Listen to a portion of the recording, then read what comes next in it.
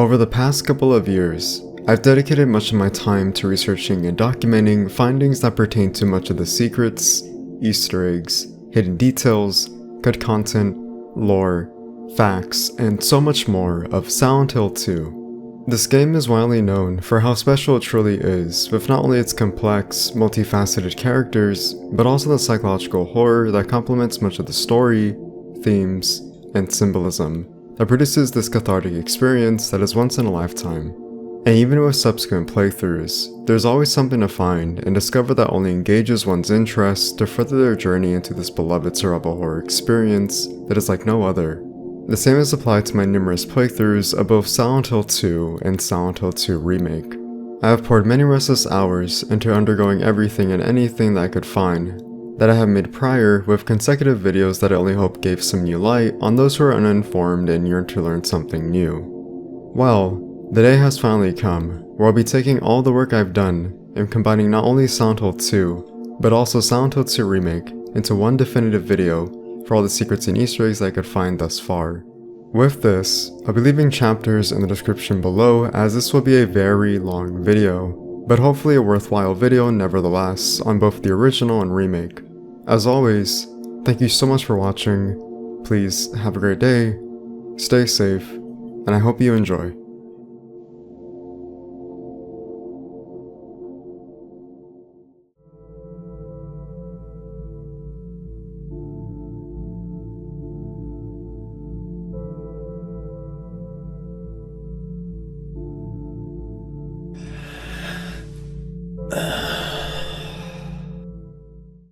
According to Masahiro Ito on one of his Twitter threads relating to James Sunderland, Team Silent chose to make James Sunderland forgetful of his crime and gradually remember as the game progressed. This was done so the player could explore the city alongside James's mindset. The save menu shows a picture of James's face stained, with a heavy emphasis on the color red. It could be speculated that this theme could represent anger or blood, possibly referencing that of the murder of Mary. His face also appears to be blurred by water, one of the heavy themes presented during Silent Hill 2 when you are, for example, the Fog World Lakeview Hotel when entering the bar where water is present, or the defeat of Pyramid Head in the first boss fight where he submerges himself in water. At the beginning of Silent Hill 2, the player will find James laying his right hand on the front of his face to check if he is in reality or if this is all a dream. It's possible James may struggle with dissociative periods, especially derealization, the feeling of being detached from your environment. Derealization inhibits symptoms of the following: perceiving your surroundings as dreamlike, unreal, distant, or distorted. It also serves as foreshadowing and symbolism of James's mental state, unable to determine fantasy from reality. After a first playthrough of the main scenario, Letter from Silent Heaven, if the player were to start a new playthrough, they would most likely come to find the chainsaw at Silent Hill Ranch. After equipping the chainsaw as a weapon and killing a monster, James can do an animation where he lifts the chainsaw above his head and screams.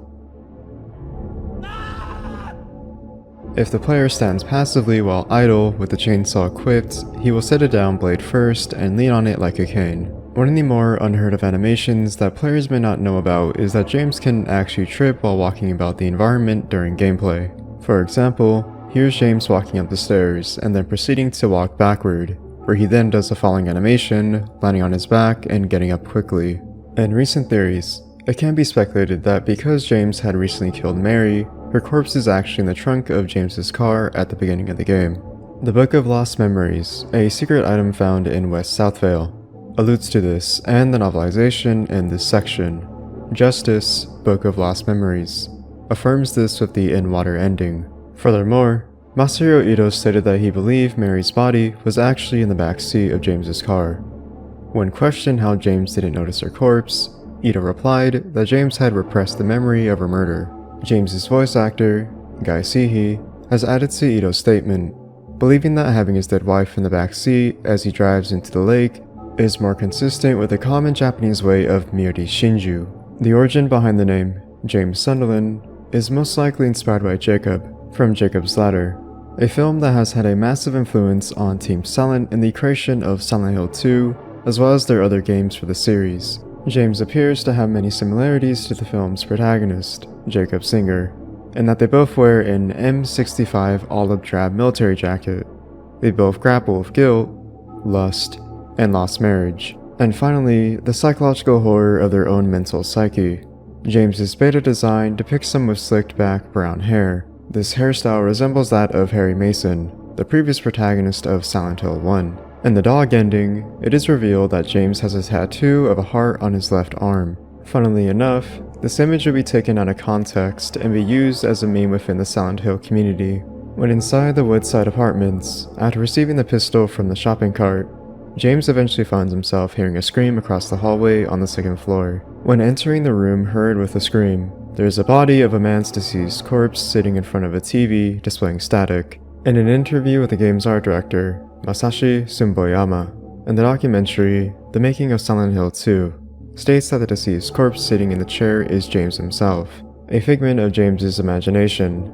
We can also get a clearer look at this deceased corpse by manipulating the camera, which shows more of the character model from the front view, affirming this statement. While in Toluca prison, James must find 3 tablets required for the gallows puzzle. One of these tablets is the oppressor. It's been confirmed that this tablet is a representation of James's sins. During the cutscene with Angela on the burning staircase, James says, "It's hot as hell in here." He then proceeds to raise his right hand to his face. If the player were to hack the cutscene's camera and change the angle facing James, he is shown wiping his eye. It can be speculated that James may be weeping for Angela or wiping a tear away, as he can do nothing to stop her and can only watch her walk upstairs in defeat as the fire consumes her. In Silent Hill 3, James appears briefly in the UFO ending. He is seen first hiding behind a curtain in Harry and Heather Mason's apartment. He is later seen also holding a wooden board, which Harry karate chops with his foot. James is alluded to by Heather in an optional cutscene while in the shopping mall. When Heather begins to dislodge a toilet, she immediately stops and says, "Forget it, this is way too gross." She then proceeds to break the fourth wall by staring at the player and asks, "Who would even think of doing something so disgusting?" Oh, forget it.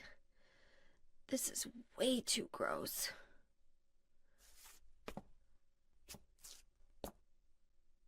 Who would even think of doing something so disgusting?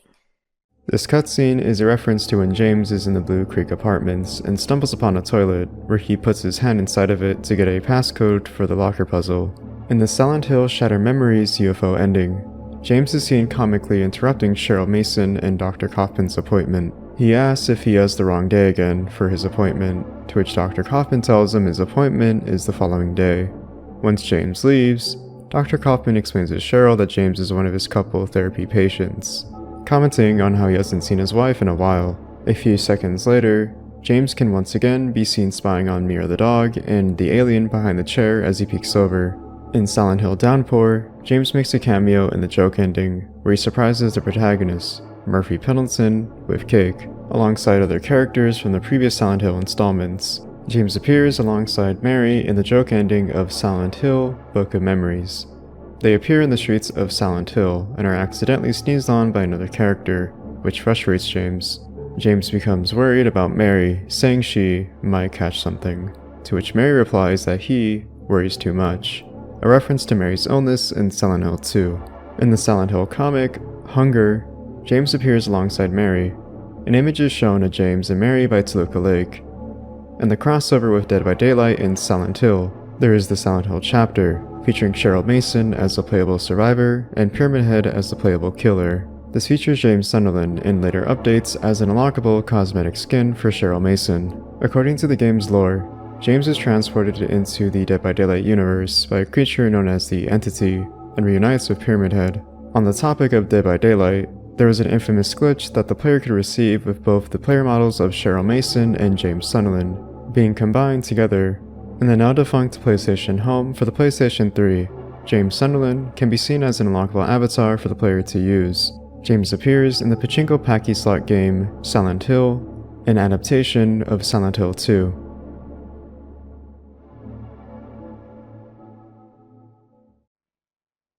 It doesn't matter who I am. I'm here for you, James. See? I'm real.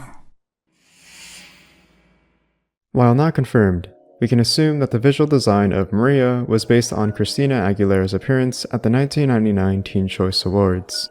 Coincidentally, Aguilera's middle name is also Maria. In the documentary, The Making of Silent Hill 2, it's mentioned by one of the developers that they gave Maria's midriff a little bit of flab to humanize her. The image here shows her lower abdomen sticking out a little bit. Team Silent was known for their approach to adding attention to details such as flab, spots on the skin, freckles, eye bags, etc. to the cast of characters seen in the series, to make them feel more realistic and believable as everyday human beings in their appearance. There is the recurrence of the butterfly and moth symbolism surrounding Maria in the game. She has a butterfly tattoo on her abdomen. In most cultures, butterflies represent rebirth. This can coincide with Maria being the rebirth of Mary. In the final boss fight, Mary or Maria, depending on the ending, attacks with a swarm of black moths, typically seen as a symbol of death in some cultures. Maria is the first playable female character in the main series, as she's playable in her separate scenario, Born from a Wish. However, she's not the first female protagonist. This would be Heather Mason in Silent Hill 3. If we want to go through such lengths, however, then Sybil Bennett is technically the first playable female character, though only in a spin-off game that was available only in Japan, called Silent Hill Play Novel. The name Maria is the Latin term for Mary, often used to refer to the Virgin Mary in most traditional Latin songs and compositions. In Lost Memories, the art and music of Silent Hill, a photo of Laura and Maria can be seen sitting on the wall where James would find Laura after the first boss fight with Pyramid Head. However, what's interesting is that Maria and Laura never once are seen interacting during the main story. This is most likely known by everyone who played Silent Hill 2, but can be missed easily. The player can see that there are posters of Maria in the bathrooms at the beginning of Silent Hill 2. Once in the other world, Brookhaven Hospital, if the player were to return to Maria's hospital room, it's possible to hear a very ominous and disturbing sound of a heartbeat and heavy breathing, possibly a reference to Mary's illness when she was in the hospital.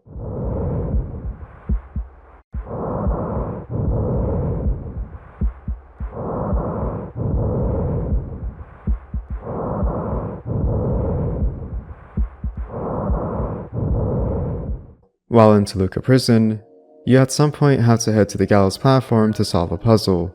There is imagery that shows two executioners, wearing triangle-shaped helmets, holding spears, with a person in the middle hanged by a noose. This is foreshadowing to Maria being killed by the two Pyramid Heads. If the player were to hack the game, it can allow Maria to accompany James throughout the rest of the game. If you install the cheat system or downloaded a hacked save file to your PS2, the player can hack the old bronze key in their inventory, allowing Maria and James to enter the Silent Hill Historical Society and skip the entire hospital level where Maria dies. There's also two Marias in the jail cell scene while in the labyrinth, and Maria floating above James during the boat ride to Lakeview Hotel. In the Silent Hill HD collection, when Maria is impaled by the two Pyramid Heads before the boss fight with the Pyramid Head duo, there is a possibility of seeing a glitch. The texture of her teeth briefly replaces the texture of her right eye. In Silent Hill 3, if a memory card of a Silent Hill 2 save file is being used, Heather Mason finds a poster in Heaven's Night of a woman with long dark hair. This reads, Return of Lady Maria. This could suggest that Maria's appearance was based on a dancer in Heaven's Night. In the making of Silent Hill 2, Takeyoshi Sato, the CGI creator of Silent Hill and Silent Hill 2, stated that Maria had bleached her hair from brunette to blonde and added pink tips. Maria makes an appearance as an unlockable cosmetic skin in Dead by Daylight for Cheryl Mason. Maria also appears in the pachinko packy slot game Silent Hill.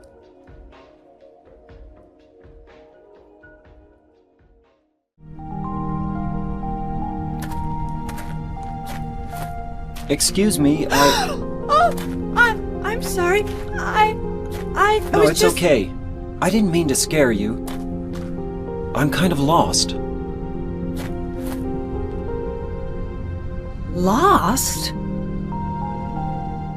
After James meets Angela in a cutscene, the player can walk back to her for two additional dialogues. In the first dialogue, James tells Angela, "It sure is quiet here, huh?" To which she replies, "I guess." In the second dialogue, Angela catches James staring at her and asks him, "Are you looking for someone?" To which James replies, "That's right."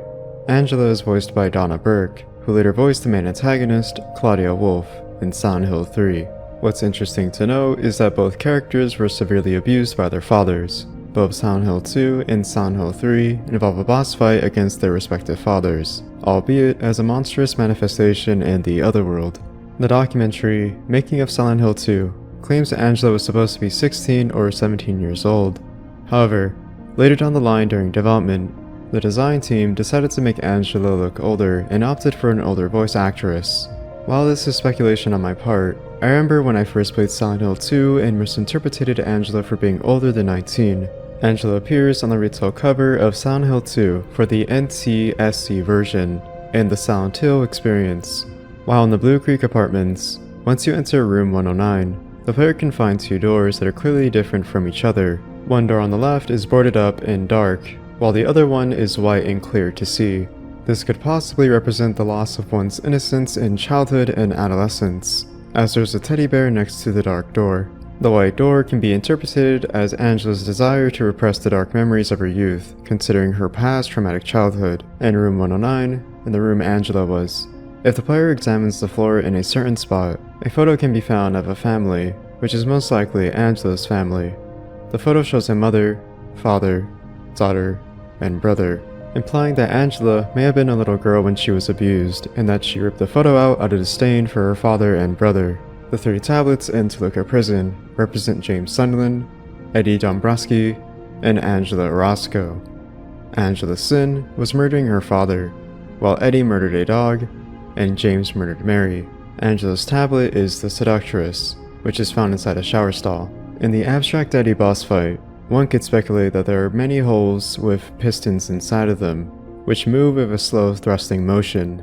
The walls around the room appear to be made out of flesh or raw meat. These details could be a physical representation of the sexual abuse inflicted on Angela. It's also important to note that James does not see the Abstract Daddy the same way that Angela does. According to Masahiro Ito, he believes that if they show the Abstract Daddy from Angela's perspective, she would not have been as interesting as a character. He stated that leaving elements to the player's imagination is often a more effective storytelling mechanism. In Silent Hill 3, Heather Mason encounters a closer feeding on a woman's body in the Central Square shopping center in a cutscene. After killing the closer with a pistol, the player can walk up to the deceased woman's body. Upon closer inspection, one can find that the face can clearly resemble Angela's, but her hair is shorter and her clothes are of different colors. This is a reused asset model of Angela's, just slightly modified.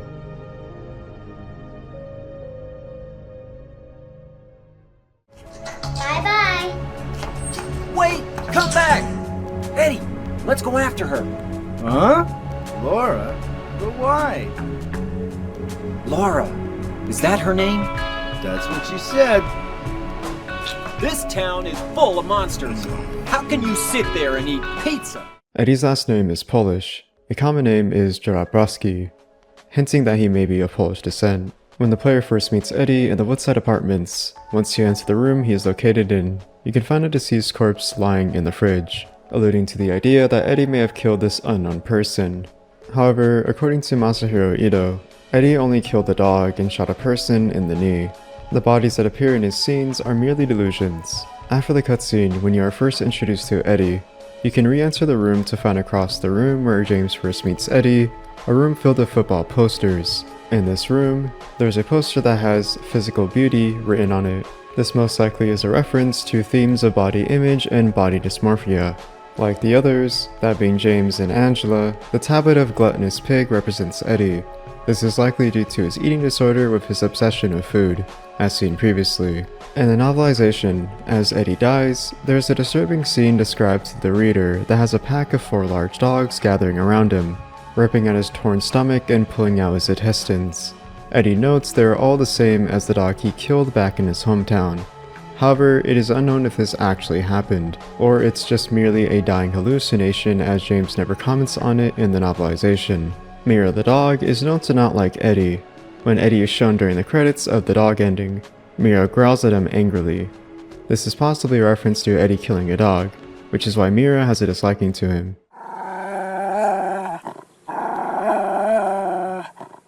According to the making of Silent Hill 2, Eddie's physical model was borrowed from the creator's friend. In the game's novelization, The revolver that Eddie used to shoot the football player and kill the dog was his father's.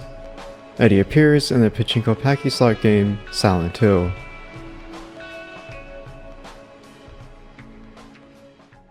You! It was you, wasn't it? You're the one who stepped on my hand. I don't know. Maybe I did.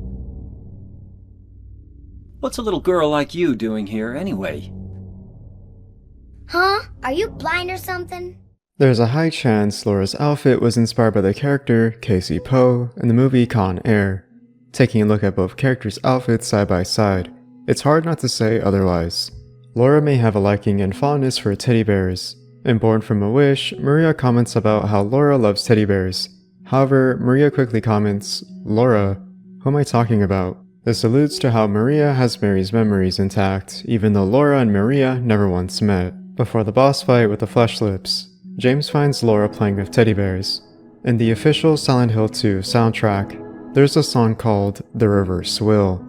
If you were to play it in reverse, Laura recites a popular bedtime prayer. She says the following: "Now I lay me down to sleep. I pray the Lord my soul to keep.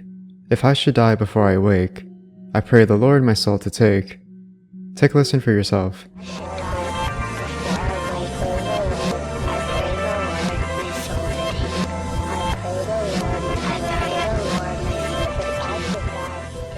In one of the early Silent Hill 2 trailers, Laura's sitting on the wall, singing Ring Around the Rosie, before James approaches her. Elle Holloway from Silent Hill Homecoming was originally supposed to be an older version of Laura. She also would have worn James's jacket during the boat ride of Alex Shepard, the main protagonist. However, the idea was scrapped during production. Laura makes a cameo appearance alongside James, Mary, a bubblehead nurse, and Pyramid Head in the surprise ending of Silent Hill Downpour. Much like the other characters, Laura also appears in the pachinko packy slot game Silent Hill.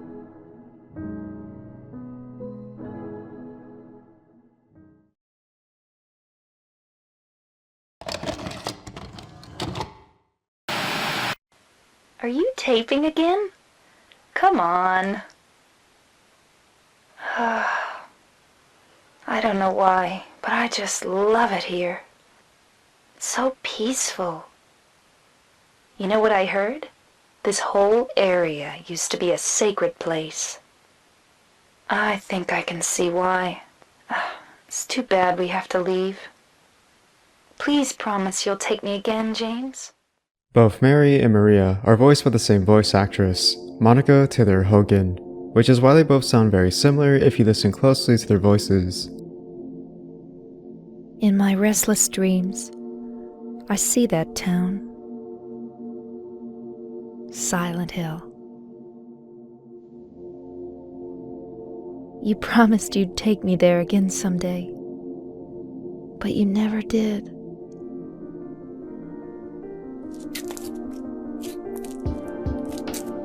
No, you're not. Do I look like your girlfriend? No, my late wife. I can't believe it. You could be her twin. Your face, your voice, just your hair and clothes are different. My name is Maria. Mary is voiced by Mary Elizabeth McGlenn in the Silent Hill HD collection. According to McGlenn, she felt her voice was way too deep to play Mary, but producers casted her role anyway. McGlenn is also the lead vocalist in many of the Silent Hill soundtracks in the series. There's the possibility that Mary's outfit, alongside with Laura's outfit, was inspired by two characters in the movie Con Air. While it is known that Mary contracted an illness before the events of Silent Hill 2, it's never explicitly stated what disease she suffered from, nor how she obtained it. Looking at Mary's character model, we can get the impression that it caused lumps on her skin and hair loss. It possibly could be a form of cancer. The voice actor for James Sunderland, Guy Seehee, believes it to be melanoma. Masahiro Ito reveals that most of the creatures' mouths in Silent Hill 2 represent Mary's insanity due to her terminal illness. In the final boss fight with either Mary or Maria, depending on the ending, it's possible to not have to deal any damage to Mary and instead wait 5 minutes by running around, avoiding her attacks until she falls into her death state. However, you must get rid of all your ammunition for any of the weapons you are carrying before proceeding with the strategy. It may just be a coincidence, but it's interesting to note that Mary shares a connection with the Shepard family in Silent Hill Homecoming. The most notable family member is Alex Shepard. The producer of Silent Hill Homecoming, Tom Hewlett, was asked about the connection between these two characters in an interview. He admitted to not being entirely sure, but it was probably a coincidence. In a promotional diary for Silent Hill Homecoming, there's a document on Mary Shepard. Alex questions to himself in his notes saying, "Was she related to me?" Mary is referenced by Heather Mason in Silent Hill 3. In the Daisy Villa apartments, if the player has a Silent Hill 2 save file on their memory card and examines one of the mailboxes, Heather says, "There's no letter, from a dead wife or otherwise. Well, I don't have one of those anyway."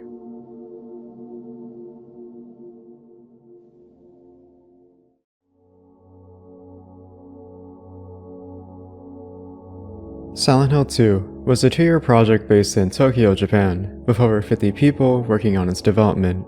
Even though Silent Hill 1 sold very well, with over 1 million copies sold, the team behind Silent Hill 2's development felt it was important to push the Silent Hill series and the horror genre even further with the sequel. Masahiro Sumboyama, the art director for Silent Hill 2, explains his process of capturing the atmosphere in an interview. Quote, "Creating a world that would really disturb the game players whilst attracting them. Something with an aura of mystery. Many of the locations seen in the town of Southvale are inspired by the real-life location of San Bruno, California." Masahiro Sumboyama traveled to California to gather references and gain an idea of how to shape and create the town of Silent Hill 2 you explore throughout the gameplay. During E3 2001, the marketing of Silent Hill 2 saw a booth where people could visit and play the E3 trial version. While here, attendees can notice a mannequin of James and Laura on top of a wall. The events that take place in most mainline Silent Hill games are rather vague and left ambiguous. It's never explicitly told nor confirmed to the player as to when each game takes place. However, if we take Masahiro Ito's word into account, he recounts the events of Silent Hill 2, which are set in the late 1970s or early 1980s. Much of the streets and buildings seen in South Vale were inspired and named after real writers, stories, and locations. According to Akira Yamaoka, the series composer, he took recordings of over 100 footsteps specifically for the gameplay. In the documentary, Making of Silent Hill 2, he states that this was done to add variety and avoid repetition. He also claims that silence was important as it added to much of the game's atmosphere. The footsteps were meant to contribute to the lack of music and create tension. Many ambient sounds in the game are completely random and the sounds tend to be different in every playthrough.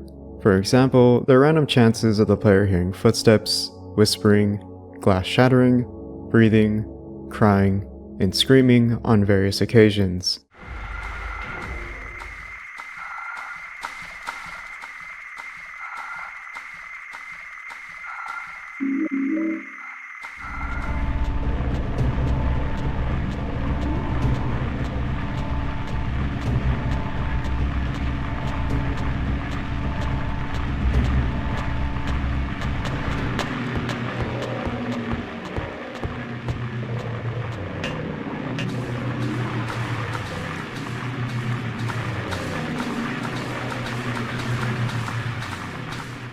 In the later half of development, Silent Hill 2 had some aspects changed or edited out entirely due to graphic violence or nausea-inducing scenes in gameplay. For example, James's original attack animations included dismemberment of the limbs of the monsters, but it was changed to melee and ranged weapon attacks. The cutscene where you first meet Eddie vomiting was initially more intense, both graphically and audibly. Although Silent Hill 2 isn't a direct sequel to the first game, there are some references to Silent Hill 1. This includes the mention of Old Silent Hill, the town Harry is seen exploring after he wakes up from his car crash. A red-looking square notepad similar in appearance to the save point for Harry. Harry also makes a cameo appearance in the UFO ending, where he's seen helping the aliens abduct James Sunderland. The Lakeside amusement park is also referenced. Many of the facial animations seen in the game are not motion captured, but rather manually animated by hand. The plot of Silent Hill 2 is based on the novel Crime and Punishment. The novel similarly sees a protagonist who undergoes mental anguish and moral dilemmas. The protagonist kills an old woman to reap her money and valuable objects and convinces himself that certain crimes are justifiable if they're committed to remove obstacles to achieve the higher goals of extraordinary men. However, He struggles with guilt and is confronted with both the horror of eternal and external consequences of his deed. At some point, Konami will lose the source code to Silent Hill 2, which is one of the reasons why the Silent Hill HD collection had many technical issues. Because of this predicament, they had to use the only source code available to them, which was an unused beta version of Silent Hill 2. A Pakislot adaptation of Silent Hill 2 was released in Japan in 2015, self-titled Silent Hill. On the topic of the Pakislot adaptation, there are a couple of differences that deviate from the original Silent Hill 2. In the Pakislot version, we see James and Maria visit a local bar run by a working bartender. This also introduces a new monster called the Chariot, which is never seen in the original game. Silent Hill 2 initially had fewer monsters in the original game. According to Masahiro Ito, this was an intentional decision on his part, as he believed that James Sunderland's story arc didn't need as many monsters, such as Alessa Gillespie, for comparison. He would admit he later regretted including 9 monsters because he felt it was best to only have 5 or 6. There is unofficial artwork of a muscular James Sunderland with abs, accompanied by seemingly zombies or demons clawing his clothes apart. This unofficial artwork was used to promote Silent Hill 2 on a PlayStation magazine in June 2001.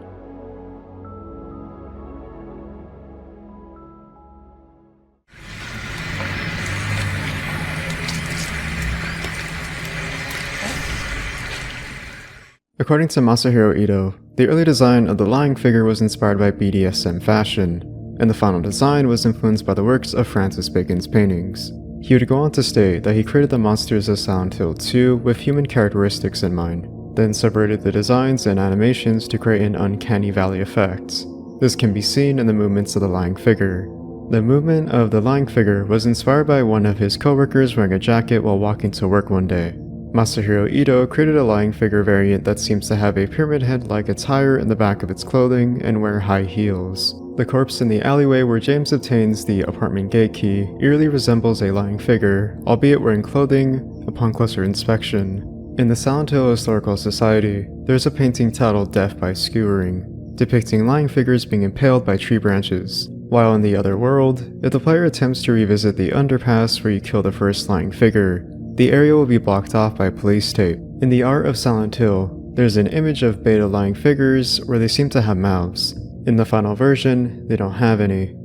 If we take a look at the models of lying figures, they have zippers on their heads. In Silent Hill 3, there's a creature briefly seen near an elevator. This creature reuses assets from a lying figure. The mannequins look like they resemble the dolls by Polish/German artist Hans Bellmer when compared side by side. However, Masahiro Ito stated that his inspiration for the mannequin came from monsters in traditional Japanese folklore, although he wouldn't specify which one in particular. Originally, the mannequins were only intended to appear in the cutscene where Pyramid Head abuses them when James stumbles upon the act. However, they would later be integrated as enemies that appear in gameplay. After meeting Maria at Rosewater Park, if the player were to immediately head toward the direction of Silent Hill Historical Society, you would audibly stumble upon these 2 mannequins who would jump out of the bushes and attack James and Maria. In the book manual for Silent Hill 2, there's an image that shows James carrying Mary in the halls of Toluca Prison. Above them is surreal imagery of thousands of mannequins floating and making contact with the ceiling. In the early sketch of the flesh slip, the flesh slip's mouth was instead a protuberance. It can be speculated that the flesh slip resembles the artwork of Francis Bacon, a known influence on Masahiro Ito. In Francis Bacon's artworks, he usually places subjects in geometric cages with deformed appendages. Masahiro Ito revealed that the flesh slip is inspired by Isamu Noguchi's death lynched figure, and Joel Peter Whitkin's photograph Man with No Legs. The flesh slip would later make an appearance in the spin-off title Silent Hill Book of Memories. The flesh slip would act as a recurring enemy in gameplay. A bit of an oddity when it comes to the monsters of Silent Hill 2 are the creepers. They don't have much of an overarching relevance to James Sunderland, symbolically speaking.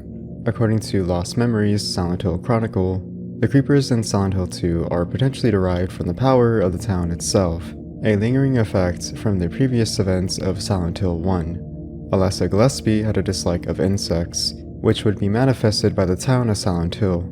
It's important to note that the creepers are not among the 9 monsters manifested from James Sunderland's mental psyche.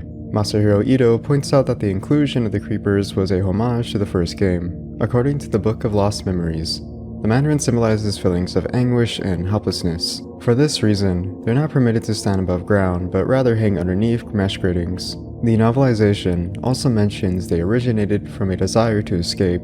In Silent Hill 3, there's a similarly looking monster that shares similar characteristics to the Mandarin. This monster would be the Closer. According to Masahiro Ito, the reason they look similar is because the Mandarin was one of the most underrated monsters of Silent Hill 2.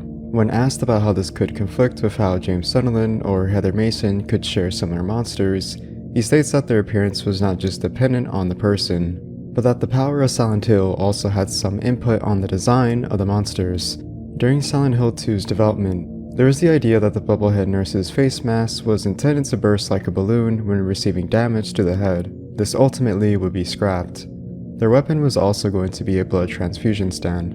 However, the change would be made to the Bubblehead nurse carrying their signature weapon of a pipe, a homage to Harry Mason, as one of his main weapons is a pipe as well. In Silent Hill 3, the Bubblehead nurses would once again reprise their appearance in Brookhaven Hospital when playing as Heather. When asked why the Brookhaven Hospital nurses in Silent Hill 2 and Silent Hill 3 are distinct from one another, rather than looking like the design from Silent Hill 2, Masahiro Ito replied, because they had different protagonists. In the E3 trailer for Silent Hill 2, the Bubblehead nurses can be briefly seen in the streets of Southvale during the Fog World segments. This would not include them in the Fog World in the final game. Masahiro Ito drew inspiration for the design of the Bubblehead nurses' attire from The Exorcist 3, Jacob's Ladder, and BDSM bondage outfits. A Bubblehead nurse costume could be purchased as a avatar skin in the now defunct PlayStation Home. Masahiro Ito would make alternate variations of the Bubblehead nurses in his artwork. This artwork is called Acid Bubblehead Nurse. This artwork is called Bubble Twin Tail Nurse. And finally, this artwork is called Gas Mask Nurse. The Bubblehead nurses appear as a recurring enemy in the mobile spin-off title Silent Hill: The Escape. Bubblehead nurses also make an appearance as recurring enemies in the spin-off title Silent Hill: Book of Memories. They once again make another appearance, although as a guest character in Super Bomberman R as a playable character. In an early trailer of Silent Hill 2, James is seen hiding in the laundry room from Pyramid Head as he drags his great knife down the hallway. Pyramid Head was originally not going to obtain the Great Spear until after the player entered the Silent Hill Historical Society and saw the painting Misty Day: Remains of the Judgment. However, Team Silent had to include it earlier on because Pyramid Head could not swing the Great Knife in the narrow corridor of the Otherworld Brookhaven Hospital, where James and Maria had to escape him by reaching the elevator at the end of the corridor. To compensate for this issue, they had to include him with a Great Spear. In the Silent Hill 2 trailer, there's a scene of Pyramid Head dragging a Bubblehead nurse. The scene was originally going to appear at some point in Silent Hill 2, but it didn't make it past the censorship. The name Pyramid Head is never spoken once in Silent Hill 2. It is rather referred to as Red Pyramid Thing. However, James can still call him Pyramid Head if the player examines their impaled bodies after the second boss fight with the Pyramid Head duo. The name Pyramid Head is also listed in the descriptions for the eggs you collect after the Pyramid Head duo boss fight and when requiring the Great Knife in the Labyrinth. If you listen closely, when Pyramid Head attacks by thrusting his Great Spear, his grunt is identical to James's grunt when he is hit by an enemy.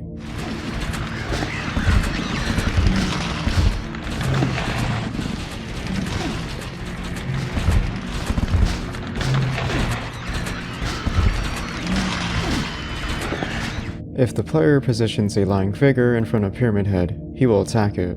Interestingly enough, Masahiro Ito disagreed with the decision to introduce Pyramid Head in the hallway behind the bars where James first meets him in the Woodside Apartments. He instead preferred to introduce him in the mannequin scene where James hides in the closet. In Silent Hill 3, there is a figure resembling Pyramid Head that appears in the Creation painting. Supposedly, this was a production mistake from the painter, as he didn't consult the core team members about this inclusion. In the Pyramid Head duo boss fight, it's possible to kill both Pyramid Heads simultaneously with a Great Knife, if positioned correctly. However, it's no easy feat and very hard to perform. The red cross you'd see displayed when James is in low health on the PC version is actually the image of the graffiti-covered wall where Laura sits reading the letter from Mary. According to the Book of Lost Memories, one of the pictures in the Silent Hill Historical Society is the game's development team. In Toluca Prison, the cafeteria displays a portrait of the cafeteria hanging on the back wall. If you were to view it closely, The picture shows that of a corpse in clothing that is very similar to James's outfit while in Toluca prison in the women's bathroom. If the player knocks on a stall door and walks away, you may hear a sudden scream of a woman falling down, followed by a crash. In the beginning of Silent Hill 2, we see James walk to the railing of the observation deck to observe Toluca Lake. The image you see displayed that is used as a backdrop for Toluca Lake is actually an edited photo of the real-life Derwent water in England. There's also a spelling error on one of the maps you find in gameplay, spelling Toluca Lake as Taruka Lake. Texan gas station, which is seen in Southvale by the bowling alley in Rosewater Park, is also unexpectedly seen in a Simpsons episode called Lisa Simpson, This Isn't Your Life. This could be a coincidence, but it's still quite bizarre to see, especially in Simpson of all things. At the entrance of Brookhaven Hospital, if you look very closely, the title is incorrectly spelled Brookhaven Hospital. This would later be corrected in later releases of Silent Hill 2 and the sequel, Silent Hill 3. In the Silent Hill Historical Society, there's a painting depicting Pyramid Head with other corpses, people who were tried for their crimes, resulting in execution and put in cages. This painting would initially be used as a 3D mock-up of actual character models, which would once again see Pyramid Head and the corpses. In the Lakeview Hotel, if James enters the lounge with his flashlight on and examines the heater, he will then find a note that says on the back, "I'm Johnny, one hot guy." This implies that the boiler caught a curtain on fire, which resulted in the Lakeview Hotel catching on fire and becoming abandoned. This can be supported by a painting in Toluca Prison that depicts the Lakeview Hotel on fire. Masahiro Ito also revealed that when James first enters Lakeview Hotel, it's the Otherworld version. After he finds out he killed Mary, he is then transported to the Fog World version. If you look closely at the photos on the hotel bed by the briefcase in room 202, these are compressed images of the game's characters and enemies. The Church of the Rebirth can be briefly seen in the Rebirth ending, but it's possible to get James to the island by hacking the game. The area consists of a church sprite, many trees, and a dock. In the Lakeview Hotel, the player will find 9 red squares that serve as the final save point in the game. The official guidebook of Silent Hill 2 says the save point serves as James's memories no longer being repressed. Masahiro Ito has kept the meaning behind the red squares a secret, preferring to leave it open for interpretation by the player. However, in September 2020, he dropped a clue regarding the red squares. He says, "I don't want to say too much, and will leave it to your imagination basically.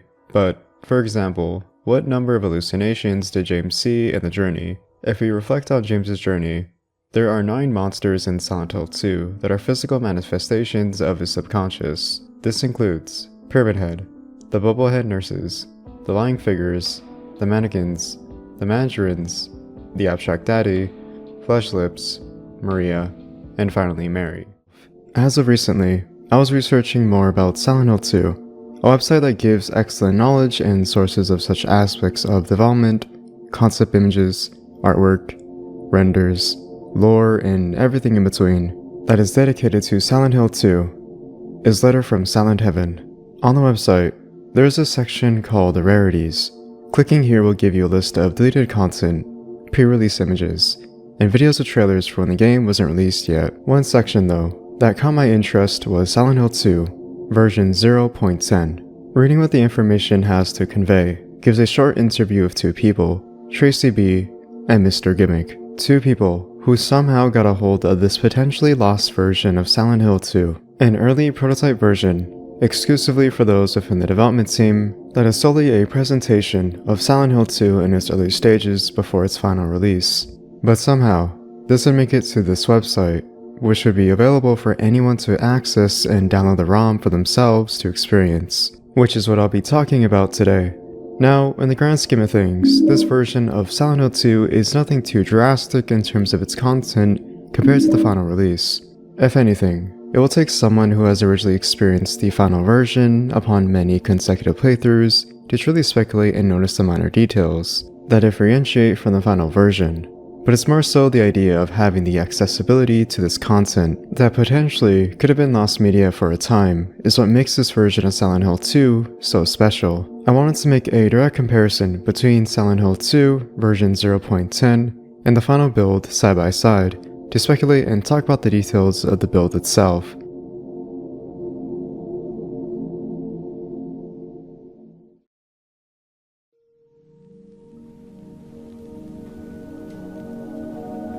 main menu in the early version, we see a purple arrow that is pointing at New Game or Option.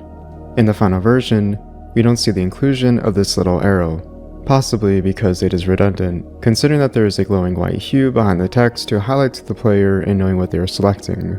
Starting up the game, we see a difference in the loading screen where it says, "Now loading," compared to the final version, which has white chalked footsteps as the loading screen. After the introduction to James looking himself in the mirror in the observation deck where he recites Mary's letter, we get to see one of the first instances in the gameplay of differences in this early prototype. At the end of the highway, we see a large fence wall that blocks the player from bypassing and going through. Now, obviously, if you were to look at the letters, they spell welcome. In the early version, we see the word spell W-E-L-C-O, with the letters L and M on the ground lying down. In the final version, we have the word spell W-E-C-O-M, with the L and E lying down on the ground, with the removal of the extra L seen in the early version. While walking to the forest to the cemetery, it's easy to miss, but the grass has a yellow color present, while in the final version has a darker tone without the yellow. There's also a lack of the unprecedented sound effects randomly appearing throughout the walk in the forest in the early version. In the final version, you typically hear a growl of seemingly a dog while walking the trail.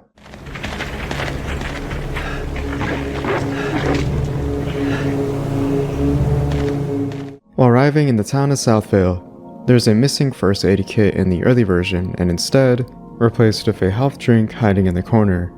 In the final version, however, there is only the first aid kit on the table. Walking towards the alleyway to where the lying figure is headed to, you'll find that there is no health drink by the garage door on the sidewalk before arriving in the alleyway, and also close by it. The final version typically has both health drinks here by the garage shutters. While in the alleyway, there's a lack of health drinks that are accompanied by the red square to save your game on the table. In the final version, 2 of these health drinks are usually present. In the introduction scene of the lying figure, James comments by simply saying, "Oh," before being approached and then attacking the monster. In the final version, he says nothing. The biggest change I have come to notice is the radio message with Mary. Now, it still has a slight inaudible static that interrupts what Mary is saying, only giving hints of the words. But there's a huge spoiler in the subtitles that reveals early on that James killed Mary, with Mary saying, "James, why did you kill me?"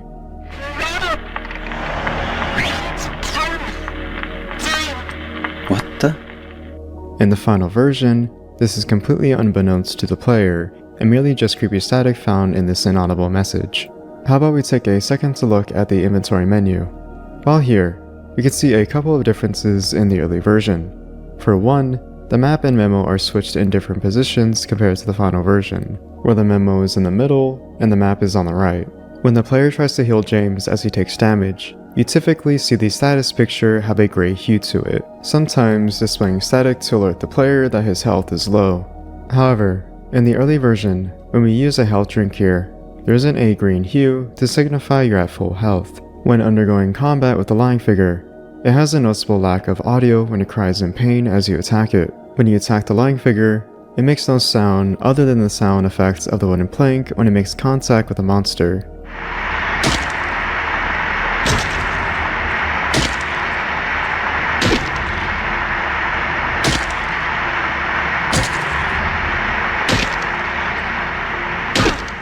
In the final version, there's usually a specific sound that is unique to the monster when it does make a noise.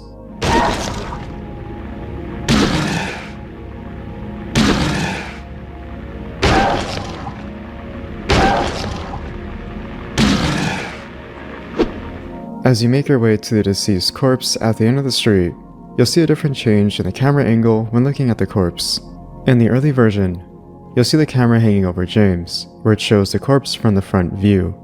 In the final version, it shows a close-up of a side angle of the corpse. I believe this was changed due to how the apartment key you collected could have been easily missed, hence the camera change. While walking down the road to the Woodside Apartments, you typically find a first aid kit and pistol ammo on the ground by the restaurant you run into. However, in the early version, you'll find that they aren't present. At the front gate to Woodside Apartments, you'll notice there is once again a difference in the camera angle. In the early version, the camera looms over James with an aerial shot of the front entrance. In the final version, the camera is positioned up close to the front gate, possibly to guide the player and let them know that this is the front entrance. While entering Woodside Apartments, you'll find the camera angle shifted to face towards James. There are also 2 health drinks and a first aid kit by the staircase. In the final version, once you enter the front entrance, you'll find the camera hanging over James from the back, where his head is slightly visible and shows the lobby in its entirety. Instead of 2 health drinks and a first aid kit, there's only 1 health drink. In the room where you first encounter Mary's dress, holding the flashlight for you to acquire, in the early version, you get 2 health drinks that are on the table. In the final version, there aren't any health drinks. In the early version, for the room where you find the handgun in the shopping cart, you'll find a gracious amount of ammunition for the pistol on a chair next to it. In the final version, there isn't any ammunition on the chair. When you first approach Pyramid Head, you will notice a loud static playing while in its proximity.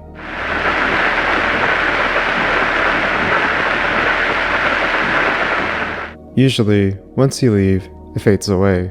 In the early version, it still plays even after Pyramid Head leaves.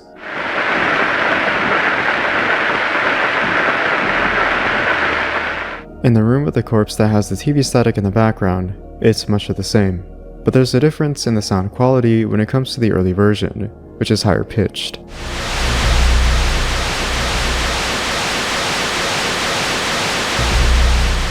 Compared to the final version, where it is much lower in its sound quality.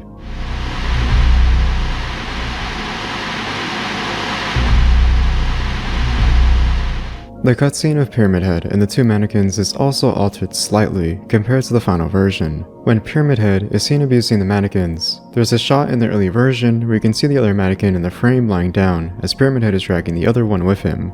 In the final version, the mannequin isn't seen in the frame. As Pyramid Head approaches the closet James is hiding in, James picks up the handgun to then fire at him. If you look closely, you'll notice that there is a lack of a white flash and smoke from the muzzle when James fires shots at Pyramid Head in the early version. In the final version, these details are added. James also whispers "shit" to himself after unloading a magazine into Pyramid Head in the early version. Shit. In the final version, he never says this.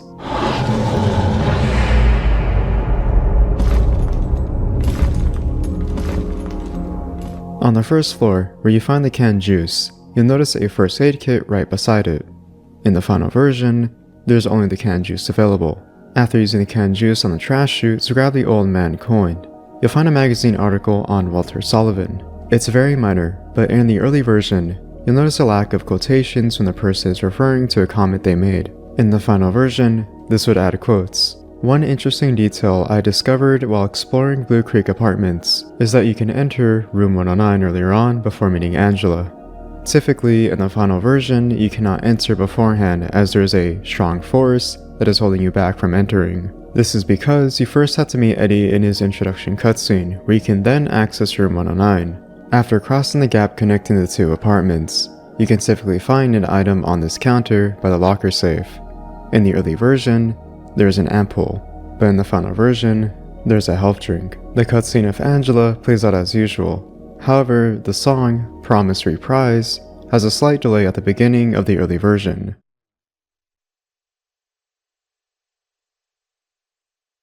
Oh, it's you. Yeah, I'm James. Angela. Angela. Okay. The final version has a song play the moment the cutscene starts.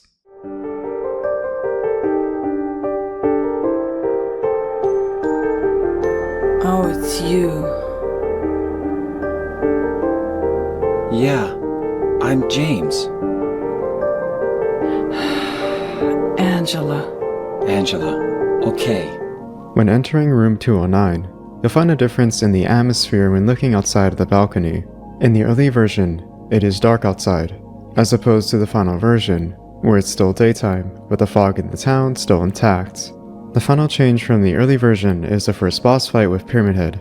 You get the cutscene where James stumbles upon him. However, before the boss fight would commence, this is, unfortunately, where version 0.10 ends, ending with the message, "Coming soon," then kicking you back to the main menu.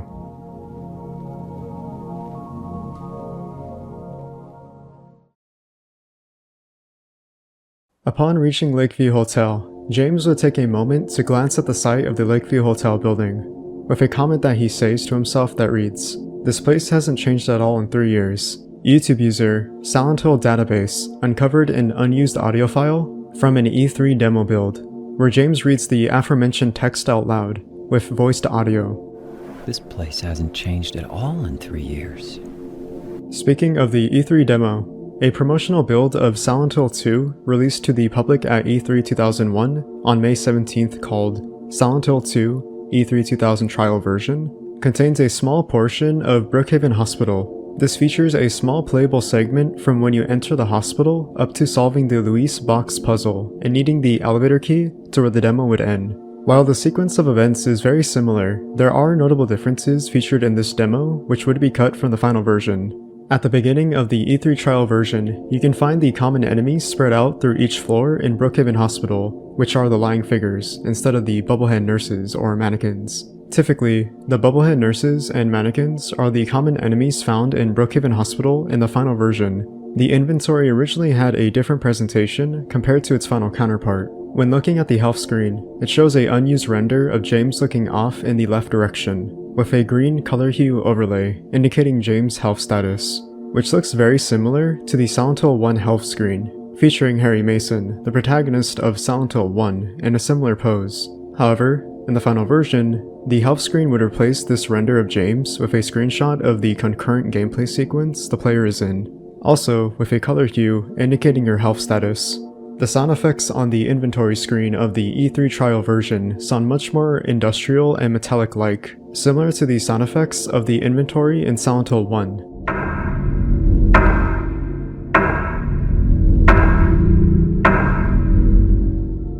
In comparison to the final version, which sounds more redefined and finalized.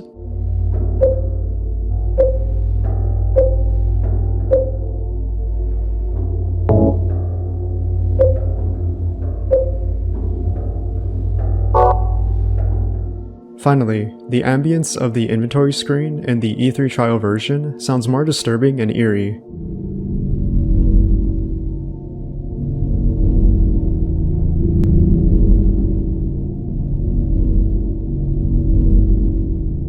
Compared to the inventory ambience in the final version, which is dependent on the environment the player is in.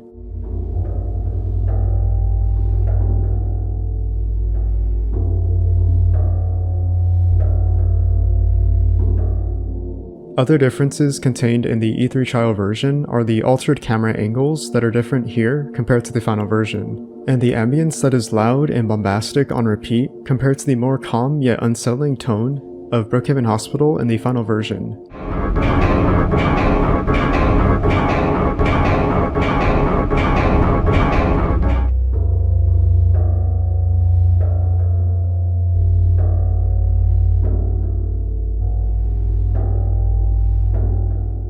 On the topic of pre-releases, there would be pre-released promotional images of Silent Hill 2 advertised to the public that would contain content previously seen in these images, but removed from the final game. In the hallways of Woodside Apartments, the bubblehead nurses would have presumably made their first appearance in this area. However, the bubblehead nurse would make their first appearance in Brookhaven Hospital. This image shows a frame of the cutscene where James first meets Laura as he tries to desperately grab the fire escape key, only for her to kick it away. What's interesting about this image specifically, however, is the big X that is marked on the wall, likely intended to be a visual indicator to the player to progress to the area where the key is located. This X would be removed from the final game. In the cutscene of Pyramid Head abusing the mannequins, he originally had his great knife equipped. This would be removed from the cutscene in the final version and instead make its first appearance in the first boss fight with Pyramid Head. In Blue Creek Apartments, Pyramid Head would have originally made an appearance in the hallways to stalk James and likely deal damage to him with his great knife. However, this appearance of Pyramid Head in the hallways would be cut from the final game. In this image of the cutscene before combating Pyramid Head in the boss fight with him, there originally was supposed to be a hand railing. This would not appear in the final game. Pyramid Head would have made an appearance to once again stalk and inflict damage upon James in the hallways of the basement floor in Lakeview Hotel. On the topic of Pyramid Head was originally supposed to be roaming the streets of Night Southvale, a section that you roam and explore for a brief period of time after exiting Brookhaven Hospital in order to reach Silent Hill Historical Society.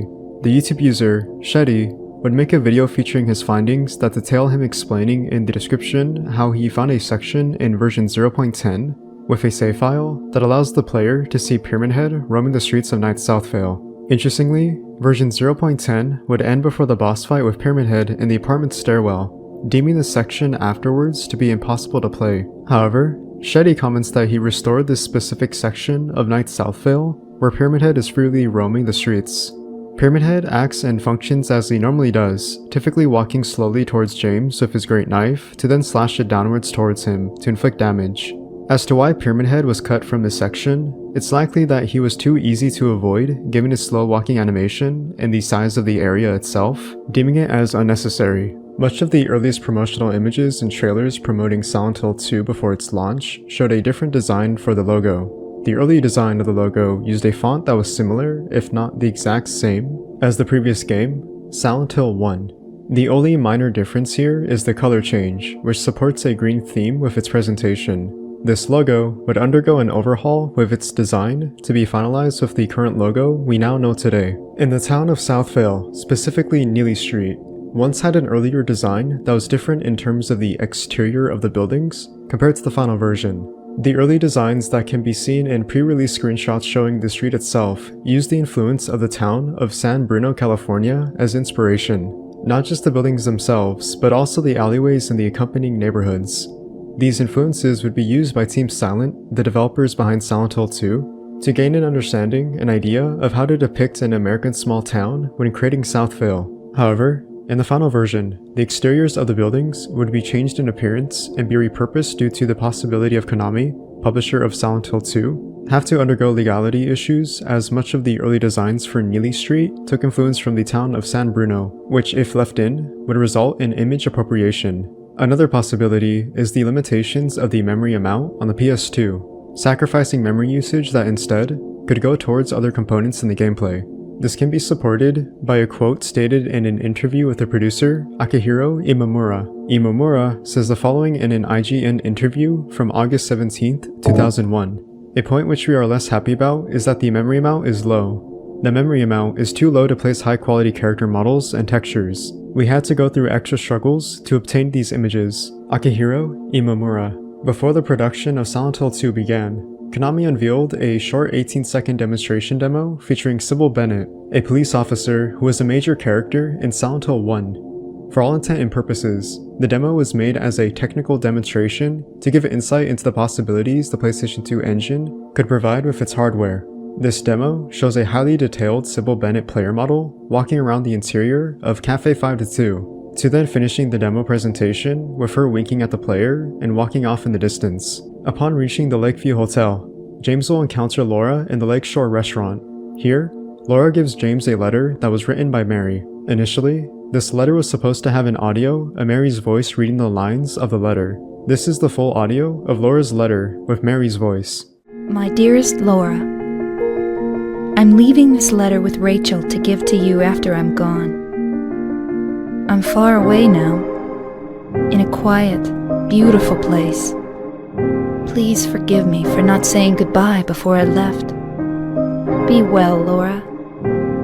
Don't be too hard on the sisters. And Laura, about James.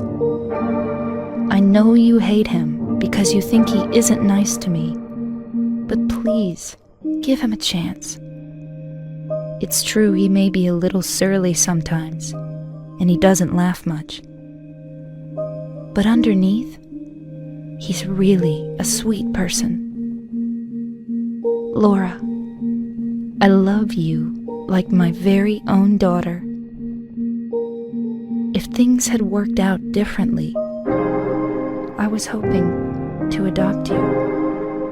Happy 8th birthday, Laura. Your friend forever, Mary. Once James reaches room 302, the hotel room he and his wife, Mary, both stayed in while on vacation in Silent Hill, sees James insert a videotape into a VHS player that reveals that he killed his wife with a pillow by suffocating her. Usually, no audio plays during this tape. However, there was originally cut audio that went unused that played audio of Mary's voice being muffled as she is shocked and struggles to breathe for air.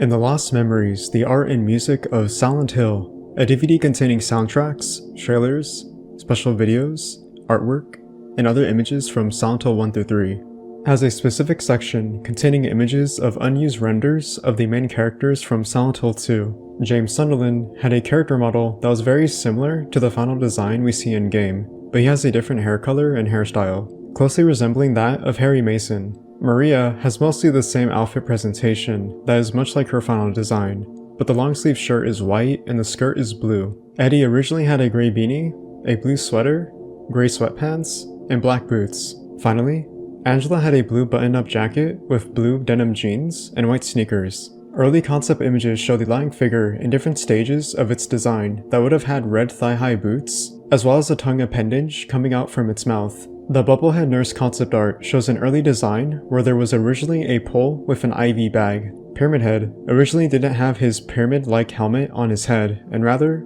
had a plague-like doctor's mask instead in early concept designs. Finally, there is an unused monster that has a box-like body with a hole, along with numerous legs at the bottom. Interestingly, this design would make an appearance in the short film Fukuro by Masahiro Ito. A video by the YouTube user, Shetty, shows an unused test room discovered by a Silent Hill modder, Joki, that was intended to be a developer room to likely test out the texture mapping. The video goes into detail about how the dev room titled AP62.map contains no collisions, camera triggers, or shadows. The map contains a 3-story building with windows and a small forest behind it.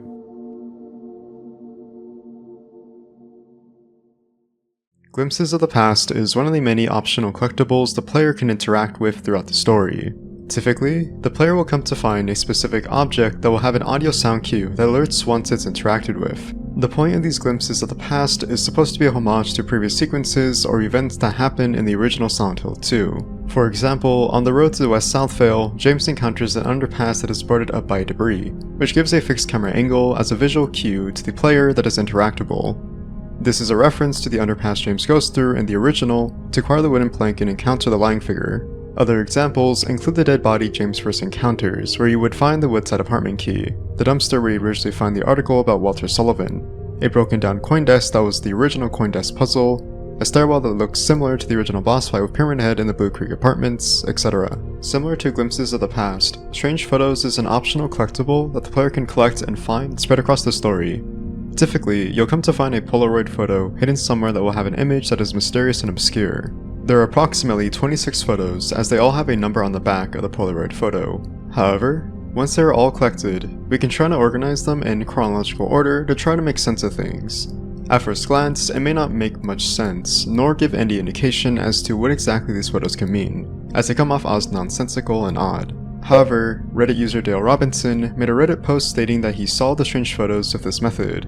Essentially, in each photo, there's a specific number of items that can be correlated to the name of the photo. For example, let's take a look at the first strange photo. The name, So Many People Here, has 6 windows. Because of this, we would count the number of letters in the name of the photo, and we'd get Y. The second strange photo, No One Knows, has 2 bedposts. You would then count 2 letters in the name of the photo, getting O. The third strange photo, Your Best Buddy, has 3 light posts on the doorframe. This would get you the letter U. In each strange photo, there would be a specific number of items to be counted, which gives you a specific letter in the name of the photo. After much research and problem solving, the final result would end up with, You've been here for 2 decades. To add confirmation, Blooper Team creative director and lead designer, Mateusz Lenart confirmed the Reddit post to be correct and congratulated Dale Robinson for figuring out the strange photos theory. Old Silent Hill is the previous location where we explore the town as the protagonist, Harry Mason. It plays an integral role in the story as you need to find Harry's adopted daughter, Cheryl Mason, as they find themselves in Old Silent Hill, and she goes missing. In Silent Hill 2 Remake, there are various references found in regards to the popular landmarks, people, and events that took place years prior. On a board that is found in the streets of South Vale, you can find various posters featuring familiar-looking destinations. This includes Toluca Lake, a massive lake found in the center of Silent Hill County, which James and Mary had previously visited before she got her unknown illness. Lakeside Amusement Park is found in the resort area that Harry Mason visits briefly, more specifically, the Otherworld Variation. The lighthouse, found in the resort area, which Harry Mason visits to encounter Alessa Gillespie. Finally, Balkan Church, the place where Harry Mason is first introduced to Dahlia Gillespie, the main antagonist of Silent Hill 1. In the same street by the store, Groovy Music, there's a torn newspaper article with the headline, Gillespie House Fire, Arson or Accident. New evidence after years. This refers to the events in Silent Hill 1, which serve as a backstory to Alessa Gillespie, as she was forced to endure a ritual by her mother, Dahlia Gillespie. The purpose of this ritual was to have Alessa forcefully impregnated to serve as the surrogate mother to give birth to God. The Order's idealization of the pure and reborn deity that would cleanse the earth to give birth to paradise. Due to Dahlia's impatience, she used the household as a place to serve as the grounds for the ritual. This comprised the Halo of the Sun, with candles surrounding Alessa. However, this ritual would go horribly wrong, and the fire would consume her body, engulfing her in flames, resulting in 4th-degree burns as a result. The store, Green Pharmacy, is a pharmaceutical store that is found in South Vale, which previously appeared in Central Silent Hill. When inside Woodside Apartments, James comes to find the first firearm in the game, the handgun. It is found in room 217 in a shopping cart.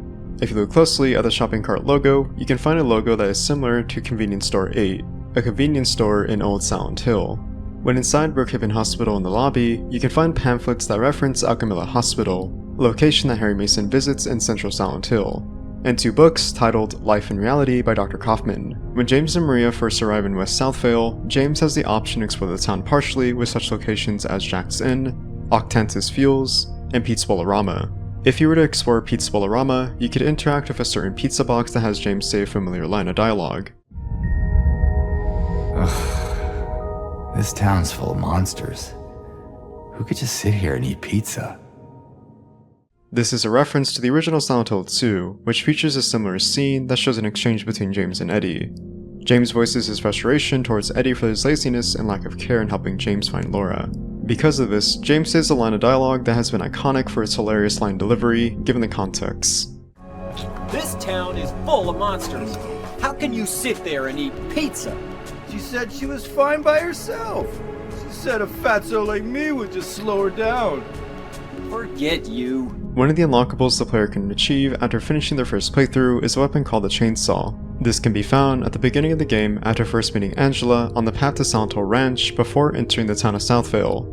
The Chainsaw is arguably the strongest weapon in game as it instantly kills any enemy with only 1 hit, with the exception of bosses.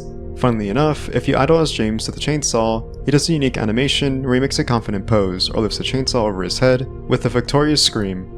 The chainsaw is previously seen in the original as well, with the same required specifications to unlock the weapon and the same idle animations. In the Lakeview Hotel on the basement floor, James can find himself in the kitchen area.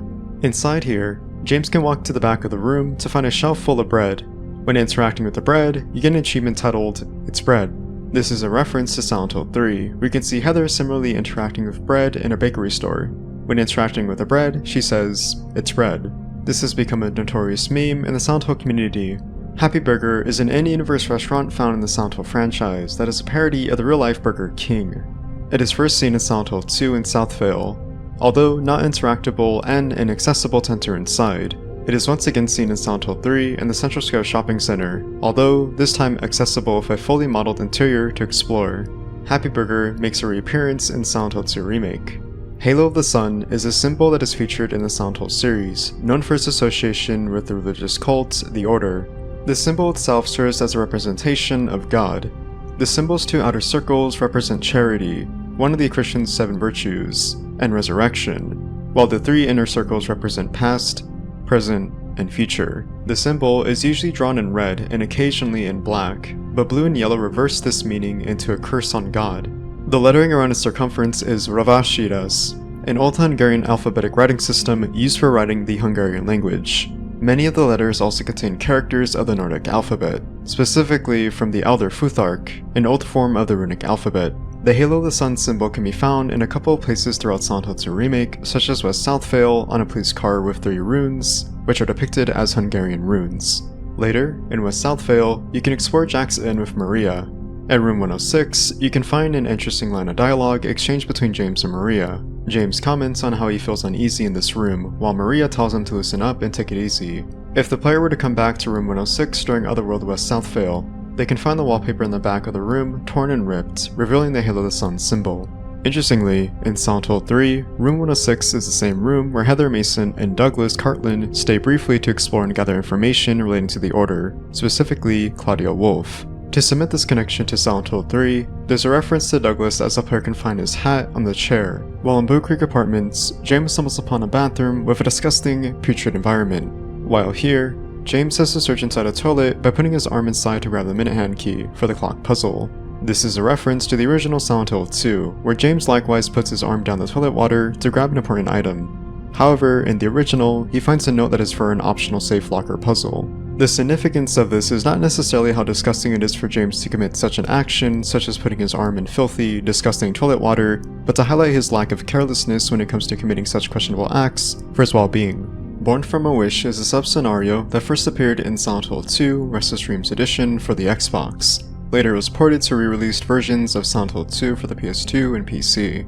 In Born from a Wish, it is set prior to the events of Letter from Silent Heaven, the main scenario, where we assume the role of Maria. Here, we see Maria born in the back room of Heaven's Night, as she was subconsciously wished by James as the idolized version of Mary. Maria is seen having an existential crisis in regards to her existence as she contemplates her life, as she doesn't want to be alive and die to the monsters roaming the streets of Silent Hill, but simultaneously wants to live and find meaning and purpose. Due to this desire, Maria yearns to find someone else alive in the town of Silent Hill, which eventually sees her stumble upon Baldwin Mansion. Baldwin instructs Maria to find a white chrism as a means to resurrect his deceased daughter, Amy. In compensation, Baldwin tells Maria of James Sunderland, a bad man who is looking for the you that isn't you. Upon learning this information, Maria has a revelation that she needs to search and find James, which leads to them meeting at Rosewater Park in the main scenario. While Born from a Wish was included in the original upon later re-releases, the side scenario has not been a feature in the remake, interestingly enough. As to why Born from a Wish has not been included as a side story in the remake, it is unconfirmed, as there has been no official comment from Blooper Team or Konami. However, after some digging in the game files, there is the possibility that Born from a Wish could still be in the works. Twitter user Rachel Ashman, best known for data mining into the game files and manipulating the camera to look for additional details on lore, secrets, and cut content, recently discovered Amy's sketchbook, the aforementioned daughter of James Baldwin. If the player were to manipulate the camera and zoom in closely on the blue sketchbook outside the front entrance of Baldwin Mansion, they can find the initials RJ. As to who the initials are supposed to belong to, we don't know, as it's up for speculation. However, upon looking in the game files, the file name for the texture model is titled Amy's Sketchbook, and a second file named Clue Red Sketchbook. The original Maria outfit refers to the outfit Maria wore in the original Silent Hill 2. In Silent Hill 2 Remake, Maria's outfit is drastically changed to a more modernized adaptation of original design. While different, still retaining the sexual and promiscuous appeal that is meant to be a projection of James's desires when it comes to idealizing a healthier and younger Mary. While this is understandable, as remakes tend to change and adapt much of the source material to fit the modern design, it's odd to say the least that the original outfit was never an unlockable outfit to begin with, especially considering when James and Maria are together in Jack's Inn, Maria finds the original outfit and makes a comment towards James, asking if she looked good in it or not. Andy's Tool Shop is one of the stores found in Southvale, along with her slogan, World's Finest Metal Gear and Woodworking Tool. The significance behind the slogan is the Metal Gear mentioned, as it's a direct reference to Metal Gear Solid. Metal Gear Solid happens to be one of Konami's most successful intellectual properties, and Silent Hill happens to be one of the other franchises Konami owns. Interestingly, Metal Gear Solid has made a reference before to Silent Hill and Metal Gear Solid 3, where there's an Easter egg of the God portrait found in one of the rooms in-game. At the beginning of the game, after first meeting Angela in the cemetery, you can find a church that is close by. While you cannot enter the church as it's blocked by bushes, you can see a vague and obscure inscription of a sentence on the door. If you look closely, it's an inscription derived from the Bible, specifically from Romans 3:23, which states, "For all have sinned and fall short of the glory of God." This most likely refers to not only James, but also applies to Eddie and Angela, as these characters have individually sinned respectively. Silent Hill, a town rooted deeply in religious mythology, could be the town subconsciously warning them that they will be punished and therefore repent for their sins. While taking the path to Southvale, you come across Silent Hill Ranch. While this doesn't seem necessarily important, there is a bit of history regarding the Silent Hill Ranch sign itself. In the Silent Hill HD collection, there's an odd change to the Silent Hill Ranch sign, where it was in the Comic Sans font as opposed to the original font in the vanilla version. This became a huge meme in the Silent Hill fandom, to the point where even Blooper Team jokingly put the Silent Hill Ranch sign in the Comic Sans font inside the barn that is only accessible if using a camera hack to view inside. Room 302 refers to the protagonist's apartment of Silent Hill 4, Henry Townsend. While in Room 302, you play in the first-person perspective to interact with the apartment when it comes to saving, accessing the inventory box, or exercising hauntings in the later game. In Silent Hill 2 Remake, there is a very similar looking room found in Woodside Apartments on the first floor in Room 102. Once inside, you can see an exact replica of the apartment's interior word for word when compared side by side to the original Room 302, such as the kitchen, the living room, etc. In Woodside Apartments, there's a newspaper article you can find on a kitchen table in Room 112. This newspaper article, titled Locane Siblings Murder, details a homicide case of the serial killer, Walter Sullivan, who recently murdered the Locane siblings, Billy and Miriam Locane. Walter Sullivan is known as the main antagonist of Silent Hill 4, where he is seen orchestrating the 21 Sacraments ritual to resurrect his mother to be with her once again after she abandoned him in their apartment, Room 302. Because of this, the murders of Billy and Miriam Locane are important to Walter's grand scheme, as one of the many murders needed to be performed as a sacrificial offering to commence the ritual. Brahms is the town neighboring Silent Hill and the hometown of police officer Sybil Bennett, a major character who happens to find herself trapped in Silent Hill alongside Harry Mason. They decide to team up and work together to figure out how to escape and put an end to the horror surrounding them. In Silent Hill 2 Remake, Brahms is referenced at the beginning of the game at the observation deck, which you can find as a sign atop the tunnel that is boarded up. While this is a neat reference, the reason the discussion behind Brahms is popular is due to the inconsistency of the destination from the point of interest, that being the observation deck, and traveling from here to Brahms. For context, the original Silent Hill 2 had the same sign detailing the destination for reaching Brahms from the observation deck, which read 265 miles needed. The inconsistency derives from the signs next to it, which is Pale Vale being 10 miles and Old Silent Hill being 50 miles. It's commonly accepted amongst the community that this was an oversight on Team Silent's part as an error, as Brahms comes before the town of Silent Hill, meaning it is close by, and possibly was meant to read as 26.5 miles, not 265 miles. In Silent Hill 2 Remake, Blooper Team jokingly fixes this error, I say in air quotes, by obscuring the miles needed to reach Brahms instead of giving actual confirmation. While exploring West Southvale as James and if Maria, if you were to go travel west and past Silent Hill Historical Society towards the end of the highway, you'll find a collapsed bridge that leads to a dead end. Here, you can find a memo titled Bloody Notes next to a deceased body. Upon reading this bloody note, once James decides to turn back towards the town, you'll hear a loud sound of bodies slamming onto pavement. This turns out to be two corpses of lying figures. While odd, this is actually a reference to the original Silent Hill 2, where similar events play out where if you decide to travel to the end of Nathan Avenue and stay close to the edge of the highway by the rail, you get jumpscared by lying figures randomly jumping from the forest to surprise James. While in Heaven's Night, you can find a nurse outfit lying on one of the booths by the stage. This nurse costume may seem like an outfit worn by one of the dancers who works there, but this is actually an Easter egg to one of the unlockable costumes in Silent Hill 4 worn by Eileen Galvin. Sitting behind the bar, you can find a lost and found container containing a ring, a wallet, and black shades. While it isn't confirmed, it's speculated that the black shades could belong to Sybil Bennett. This is due to the intro FMV of Silent Hill 1 introducing Sybil's character in presumably the Brahms Police Department before departing to Silent Hill as she gets off a phone call and leaves immediately. She could be seen wearing black shades here before taking them off as she leaves. There is also promotional material of a 3D render of Sybil Bennett on her police motorcycle, where she is seen once again wearing her black shades. After the opening sequence on the observation deck, if you were to head towards the path to Toluca Lake, you'll find a white van parked directly in front of the pathway. At first glance, it may just seem like a random white van, but it's been speculated that it may belong to Eddie Dombrowski. The front dashboard of the van has a soda drink, the passenger seat has a meal box from Happy Burger, and the front driver's seat is littered with garbage. This could allude to the theme of gluttony, which is supported with a gluttonous pig tablet found in Toluca prison, which serves as a symbolic representation of Eddie's binge eating. Insecurity over how people view him, particularly his weight, and Eddie's cold, callous nature, where he is willing to harm someone by killing them. Further cementing this theory is the intro cinematic FMV from the original Silent Hill 2 that shows a small glimpse of Eddie and Laura talking by a white van, presumably meeting for the first time. After the cutscene where James finds Angela in the mirror room of Blue Creek Apartments, you can find a family photo that is torn in half, separating the father with a son and the mother with a daughter.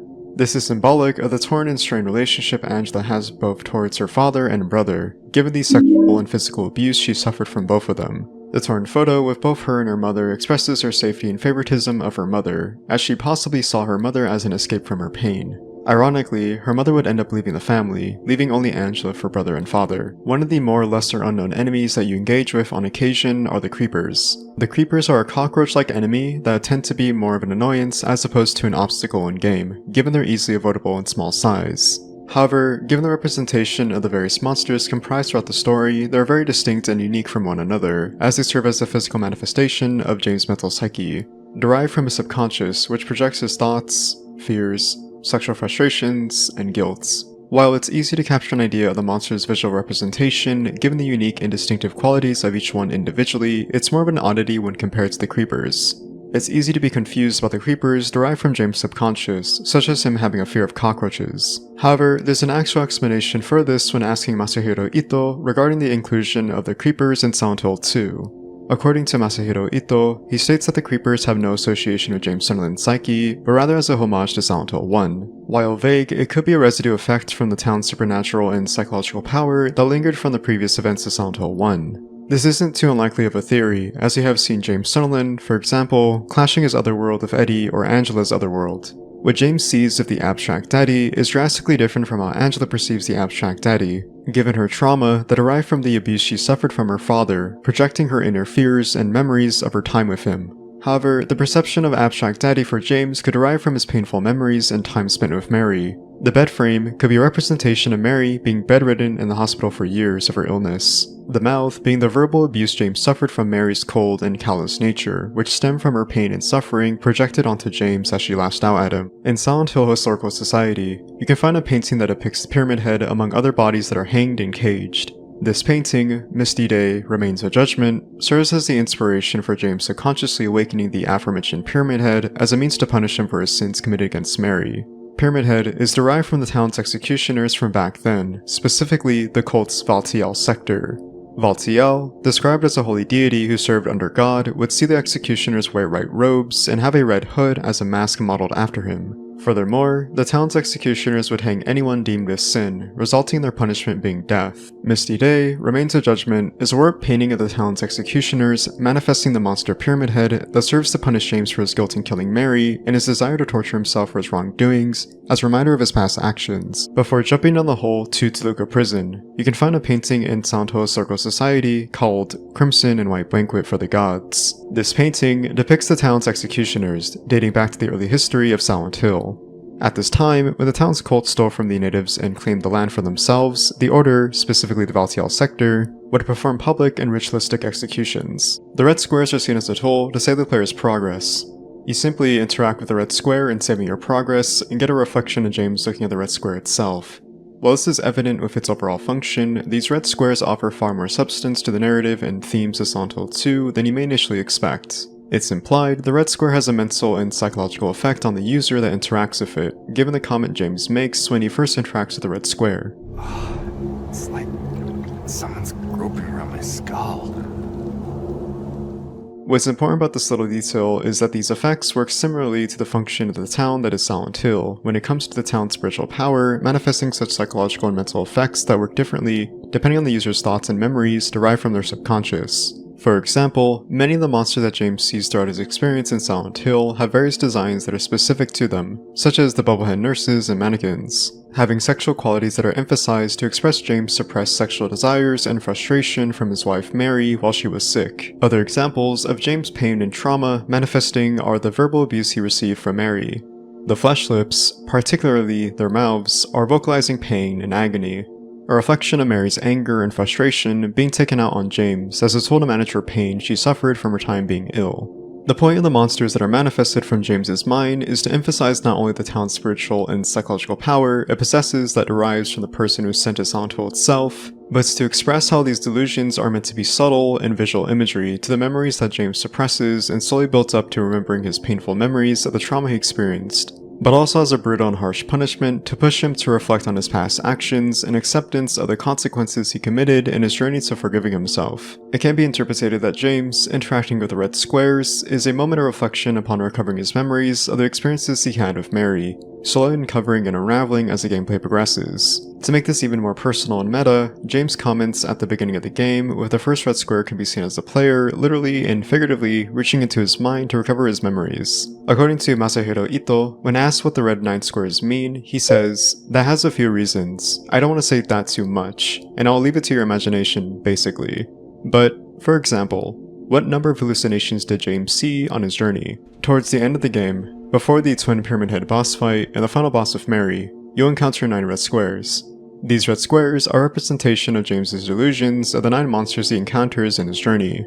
These monsters being the Lying Figure, Mannequin, Bubblehead Nurses, Flesh Lips, Mandarin, Abstract Daddy, Pyramid Head, Mary, and finally Maria. While in Heaven's Night, you can find a handful of pop culture references to various types of Western media, particularly Western horror films and television shows. Such references include Jacob's Ladder, a reference to the 1990 film Jacob's Ladder. Jacob's Ladder is widely known to serve as direct inspiration for much of the horror scene in Silent Hill 1, Silent Hill 2, and Silent Hill 3. AO Peaks, a reference to the 1990 television series Twin Peaks, which was also another huge inspiration for the Silent Hill series. Red Velvet, a reference to the 1986 film Blue Velvet, which once again serves as inspiration to Silent Hill 2. In Heaven's Night, particularly behind the bar, you can find a Robbie the Rabbit sticker on a mirror. Robbie the Rabbit is probably known to serve as the in-universe mascot for Lakeside Amusement Park, but also makes various cameos in the Silent Hill games, spin-offs, and media. In Neely's Bar, there's a message on the window with newspapers in red text that reads, "There was a hole here, it's gone now." Undoubtedly, this is one of, if not the most ominous and mysterious of messages that the player can find throughout the game. If we were to dissect and interpret this message with what's given to us at face value, it's hard to decipher and understand what this message can possibly mean.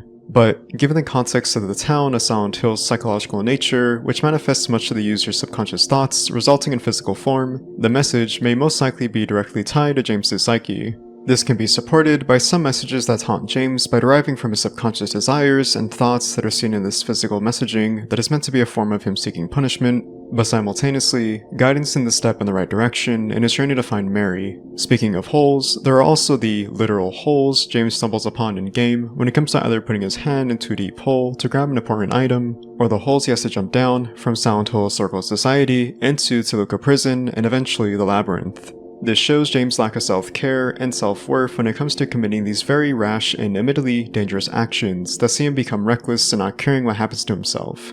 It could also be a metaphor for James, literally and figuratively speaking, digging deeper into his memories to recollect his painful and traumatic experience of Mary during her illness by digging deeper into his mind to reach the truth. When Masahiro Ito was asked about his thoughts and interpretation of the "there was a hole here, it's gone now" message, he states, "The original phrase, 'there was a hole here, it's gone now,' was not by me, but a 3D environment artist, Takashi Miura, or the scenario writer, Hiroyuki Owaku." Masahiro Ito's interpretation is that James is trying to hide in a hole, but can't hide from the truth. In Silent Hill Historical Society, there is a painting that depicts a steamboat called the Little Baroness.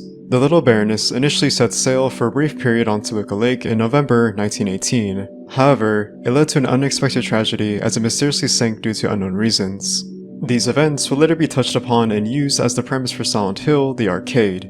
University students, Eric and Tina, along with their friends, travel to Silent Hill to investigate the rumors regarding the legend behind the Little Baroness. While here, they uncover the story of what happened to the victims of the incident, specifically from a little girl named Emil Anderson, who bears a striking resemblance to Hannah, a young girl who tragically died after her mother pushed her off the Little Baroness before it mysteriously sank.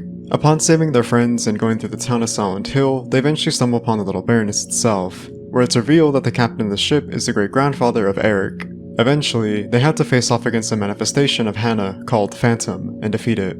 Upon defeating Phantom, Hannah is set free and reunited with both her mother and the captain, which sees the little Baroness sail off once again, only to vanish into the fog. Before the release of Silent Hill 2 Remake, there was a website that mysteriously launched without much announcement, simply titled Silent Hill Historical Society.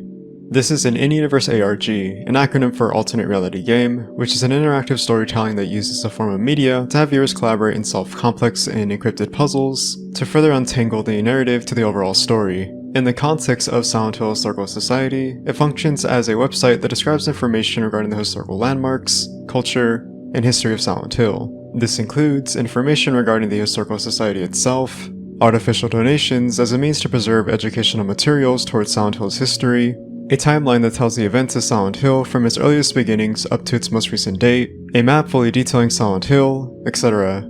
The purpose of this website was likely to add much more lore and history preserved from the games before to make a connected timeline and explore the events leading up to Silent Hill 2 Remake. One of the more obscure facts regarding Eddie Dombrowski is the signature revolver he's seen carrying throughout the game. According to the novelization of the Silent Hill 2 novel, it is revealed that the revolver Eddie owns is from his father. One of the more ominous findings discovered throughout the town of Silent Hill is undoubtedly the dead bodies found in various parts of Southvale. The bodies are hard to describe as they're heavily mutilated and beyond recognition much of the time, as the game intentionally makes it difficult to see the corpse's face. However, there are subtle details that give a hint that the clothing worn bears a striking resemblance to James's clothing.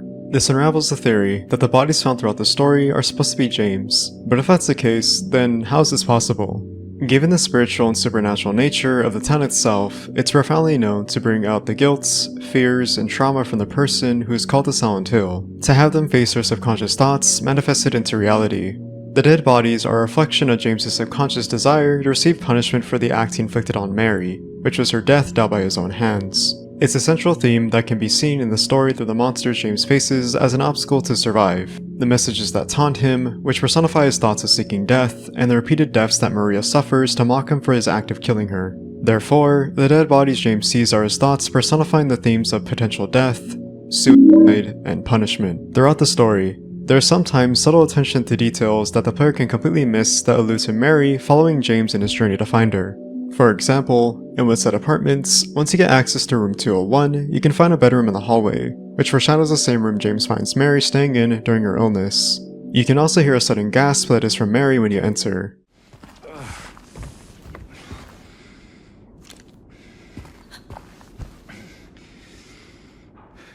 While exploring Blue Creek Apartments, you can find an eerie silhouette of a female figure behind a window across the apartment complex. If you were to come back to the same spot where you found the silhouette, you'd find that it's gone. In the Otherworld Brookhaven Hospital, on the second floor in room C5, you can hear a heavy breathing that is supposed to be Mary's, serving as an illusion of her time sick and ill in the hospital.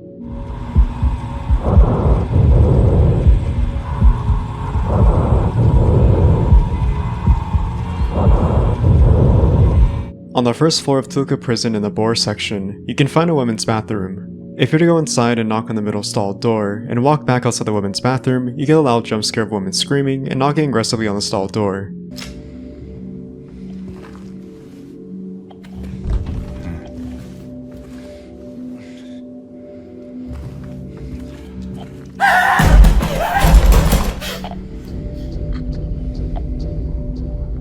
In the basement floor of Toluca Prison, you can find a specific prisoner cell, particularly F15, where you can hear a disturbing voice chanting, "Ritual."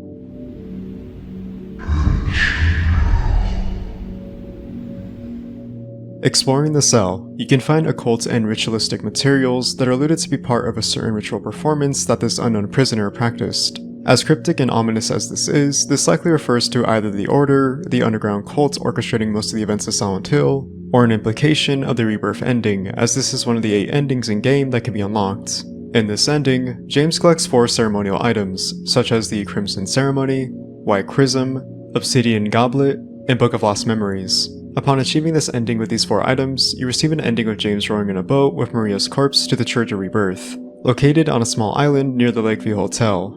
James mentions that the Native Americans practice religious and ritualistic ceremonies that derive spiritual power, so powerful that it could resurrect those who are deceased, which is what he plans to do with Mary. There are a couple of instances where the game foreshadows the events to come later on in the story, specifically in Woodside Apartments. In room 213, you'll find a corpse sitting on a sofa chair in front of a TV, with a blanket covering the entire body. Later on in Lakeview Hotel, James is seen sitting on a sofa chair watching the videotape that reveals he killed his wife. In room 206, you'll find a door of 9 squares that have a chalk outline. Before the twin Pyramid Head boss fight, you stumble upon 9 red squares, which serve as the final save point.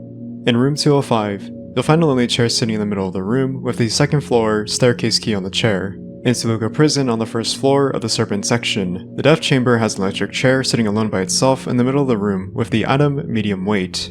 In room 116, before meeting Eddie, you can find a fridge with a corpse buried inside, with rotten and bloody food. In the labyrinth, you'll find a similar looking fridge with rotten food inside, located in the rotten area. And Woodside Apartments, specifically room 207, has a room filled with balloons that state, "Welcome Home." The purpose of these balloons is for an unlockable achievement called Let's Not Party. You can unlock this by popping all 11 balloons. What's interesting about this specific Welcome Home message is that it's possibly a reference to a message that also states Welcome Home in one of the Santo 4 promotional advertisements. In the 16th century, a time when the English began to colonize North America, the Native Americans had previously established their territory and made themselves a home. The Native Americans would find themselves in a place that was believed to possess sacred grounds with spiritual power, which saw them conducting rituals to seek out this mysterious power that arrived from the sacred land. These would see practices such as resurrection, exorcism, healing of mortal wounds and diseases, and communication of creatures beyond the plane of existence. Because of this supernatural and spiritual power that arrived from the land that they inhabited, they deemed Silent Hill the place of silent spirits. For the natives, however, this peace and prosperity didn't last long, as the English would eventually drive away and exile the natives from their land, stealing and claiming Silent Hill for themselves. Because of the English settlers' ignorance of the sacred land and lack of knowledge of the town's spiritual and supernatural energy, it resulted in the inevitable outcome of disrespect to the sacred lands and a direct insult to the natives, resulting in consequences that the English settlers could not prepare for what was about to come for the years ahead of them. After the cutscene of James meeting Maria in the labyrinth, if you were to return back to the safe room, you can find Maria humming the song, Promise, the main theme of Silent Hill 2.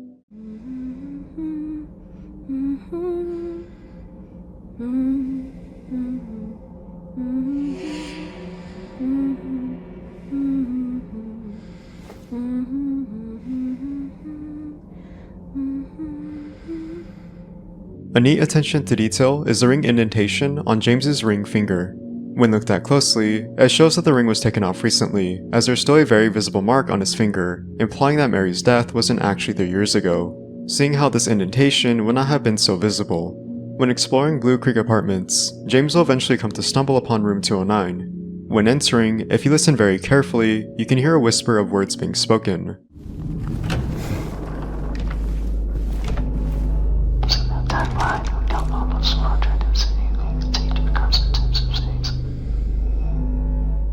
What's interesting about this whisper is more so the origin of the whisper itself.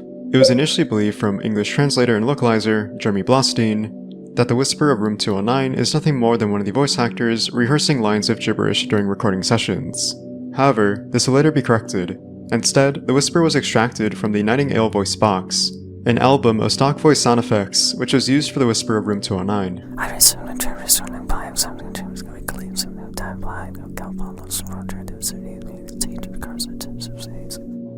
When you enter the labyrinth for the first time, you can find a hallway that is filled with mannequins. This is a reference to the intro FMV from the original Silent Hill 2. If you were to pause the frame when the mannequins are shown, you can see a sea of mannequins crawling over each other. Another reference to this imagery can be found in the instruction manual, where the front cover shows James carrying Mary's body in a cell block in Toluca Prison, where the mannequins are shown hanging over him. In the basement floor of Lakeview Hotel, if you were to head into the Lakeview Hotel employee section area, specifically the break room, you can find a heater with a text that reads, "I'm Johnny, one hot guy." While this is an odd message, this does bear connection to Lakeview Hotel upon learning it burned down. Further evidence confirming Lakeview Hotel caught on fire is of the painting Burning Man, found on the basement floor of Toluca Prison in cell C4. Further cementing this is a sign above the entrance to Lakeview Hotel that reads, "Special places spark fires that warm our hearts forever." With this context, this implies that Johnny potentially caused the heater to malfunction and caught the surrounding curtain on fire, leading to the entire hotel burning down. In the stairwell of Lakeview Hotel, when going up to the second floor, you'll find a series of paintings as you ascend up the stairs. One of these paintings is a reference to the Gillespie house from Silent Hill 1, specifically Dahlia and Alyssa Gillespie. The Gillespie household is actually based on a famous painting titled Christina's World. This depicts a woman lying on a grassy, barren field looking up at a house on the horizon.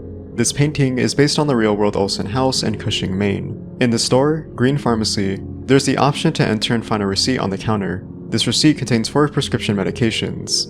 These prescriptions are, in reality, fake, and made specifically as fictional medication for the game, but are based on real-world medication. However, the importance of these medications is that they're used for anxiety disorders and cancer treatment. This can also be seen as one of the many themes in the story, such as Mary's illness. Interestingly enough, the original voice and motion capture actor for James Sunderland, Guy Seehey, mentioned that he believed that Mary's illness was skin cancer, more specifically, melanoma. Silent Hill was also known to have many illnesses that resulted in Brookhaven Hospital being created, which was a direct response to the sudden and inexplicable illnesses plaguing the citizens of the town. This is further supported by the memos found in Brookhaven Hospital, which detail the doctor's documentation and explain much of the treated patient's actions and results of the treatment. On the first floor of Lakeview Hotel in the manager's office, you can find a puzzle that results in you having to access the basement key to access the basement floor. Upon completing the puzzle, you get a symbol that is the Sigil of Paimon. The Sigil of Paimon is a symbol that is a spirit of the same name, Paimon, a demon that is closely tied to and worships Lucifer. Paimon is known for being unrelenting in his emotional and psychologically manipulative tactics towards the victims he preys on. The Sigil of Paimon may be connected to Maria, as she is seen in her personality to be emotionally and sexually manipulative towards James from completing his journey and finding Mary. Such instances of these actions by Maria are seen when they first meet on the pier in Rosewater Park, the basement of the Otherworld Brookhaven Hospital, or in the jail cell in the Labyrinth. In Silent Hill 2 Remake, Brookhaven Hospital's design is based on Yorktown Memorial Hospital, a former and abandoned hospital based in Yorktown, Texas. The hospital was operated by the Felician Sisters, a religious institution that comprised Catholic nuns. The hospital opened in 1951 and eventually closed down in 1986, only to be reopened as a drug and alcohol rehabilitation center, which closed down once again in the 1990s. What's fascinating about this hospital is how similar it contrasts with Brookhaven Hospital's history in Silent Hill 2. For example, around 1810, Brookhaven Hospital reopened due to the resurgence of disease and epidemic that had killed off much of the townspeople, much like centuries prior in the 1600s. Not too long after, they continued to further their operations to treat the mentally ill. Inside Brookhaven Hospital contained the first floor for a reception area and a visitor space with a locked inner ward for patients only, along with several patient rooms. The second floor was intended for patients with a stable mental condition, whereas the third floor was intended for the mentally insane. An article by Rachel Scheffler titled The Haunted Yorktown Memorial Hospital documents findings that record a messy and inconsistent establishment which had difficulty keeping staff, a high turnover of employees resulting in poor standards of care, the hospital losing over 500 patients in a 6-year time span, and the total number of deaths was recorded at around 2,000. There are also videos recorded by urban explorers who have visited the abandoned hospital to record their experiences, resulting in hauntings of high paranormal activity which gave a better idea of the insides of the hospital itself, which likely served as a direct inspiration for much of the interior design of Brookhaven Hospital and Silent Hill 2 Remake. In Southville on Lindsay Street, you can find a monument on a sidewalk called Remains of Blood Swamp. Upon reading, the following text has some parts redacted and hard to detail the full transcript. However, when uncovering the files from the original Silent Hill 2, it contained a fully illegible script. Essentially, it details the story of a swamp called Blood Swamp, due to the town's executioners using the swamp as a means to wash their execution tools after an execution. Since the swamp was used as a source to wash the executioner's tools, the blood from the tools polluted the swamp of blood. Inside Revere Movie Theater, after interacting with Eddie, James will enter a neighboring theater to chase Laura.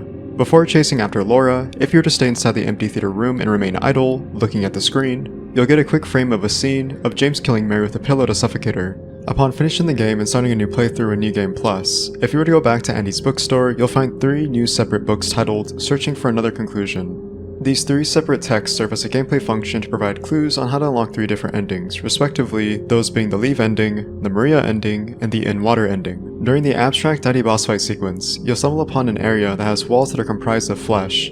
Initially, this area had breathing skin walls in version 1.0, a previous version that was different than version 1.3 upon release, which removed the breathing walls in their abstract Daddy boss fight.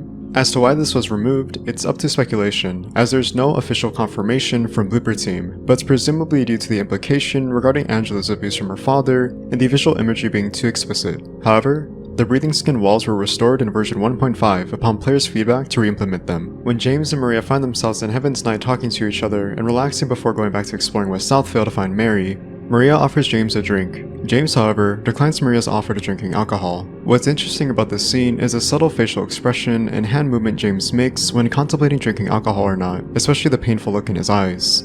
It's a nice attention to detail that touches upon James's previous alcoholism. This detail is previously seen in the original Silent Hill 2 when James and Maria enter the back entrance leading into Heaven's Night. James can find bottles of alcohol to interact with and comments that he used to be a heavy drinker to drink away from the pain he felt. When reaching the graveyard, we are introduced to Angela Orozco, questioning where to find a path that leads to the town of Southvale. If we were to manipulate the camera and inspect Angela's model, there's a neat attention to detail to her fingernails. Upon inspection, we can see her nails torn and worn, where it looks like if she's been biting on them for a very long time. This may seem like an odd detail at first glance, but this is actually a subtle detail in her character development of the trauma she received during her long years of abuse from her father, Thomas Orozco. Nail biting, also known as onagophagy, is an oral compulsive habit of biting one's fingernails. Nail biting can be a sign of anxiety, stress, or depression.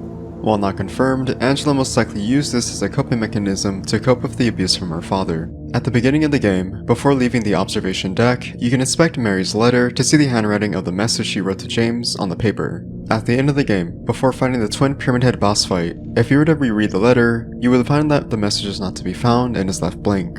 This is because the letter was never real to begin with, and it was conjured as one of James's delusions that was manifested by the town of Silent Hill into reality. In the observation deck in the men's restroom, you can find a certain graffiti at the end of the restroom stall that is a depiction of the demon Lilith. Above the graffiti is a depiction of Sanoi, Sansanoi, and Samnaglof. In Jewish folklore, Lilith is a demon that is portrayed as the succubus of the night, often seen as threatening the sexual and reproductive aspects of life, such as preying on women in childbirth and children. Sanoi, Sansanoi, and Samnaglof are depicted as three guardian angels in Jewish folklore. Their purpose is to act as a safeguard against the actions of the demon Lilith. Interestingly, those that contain Hebrew amulets with these three angels are known to be designed to protect women who are in childbirth against the demon Lilith. Oddly enough, the hyperspray wouldn't make a return to Silent Hill 2 Remake as a returning unlockable weapon, similarly to the chainsaw in New Game Plus. As to why the hyperspray was excluded as an unlockable weapon from the remake is unknown. However, even though the hyperspray isn't an accessible weapon, it actually still makes an appearance in Silent Hill 2 Remake, albeit very well hidden. When inside Woodside Apartments, if you were to go up the 4th floor of the stairwell, you'll find a bunch of miscellaneous items that don't seem much of importance. However, by manipulating the camera, we could find the hyperspray hiding, where we see a label stating, Hyperspray. In the original Silent Hill 2, during the scene where James watches the Silent Hill videotape, where it's revealed he murdered Mary by suffocating her with a pillow, there's only white noise and audio of the tape running. However, there's unused audio of this scene that originally had Mary screaming as James suffocated her. Ultimately, this audio went unused, presumably due to this being too graphic or uncomfortable for the realism that the audio displayed. The remake seems to contain some instances of Mary screaming, but it's very distorted and inaudible to hear.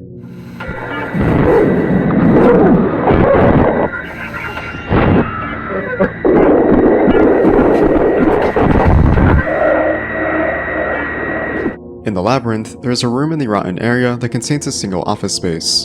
At first glance, it's a bit odd and out of place given the atmosphere surrounding it. However, this actually is a subtle detail referencing James's occupation as an office clerk. We can get more concrete evidence and confirmation if we take a look at James's biography revealed in the Book of Lost Memories, Silent Hill Chronicle, an official 136-page documentation of Silent Hill 1, Silent Hill 2, and finally Silent Hill 3.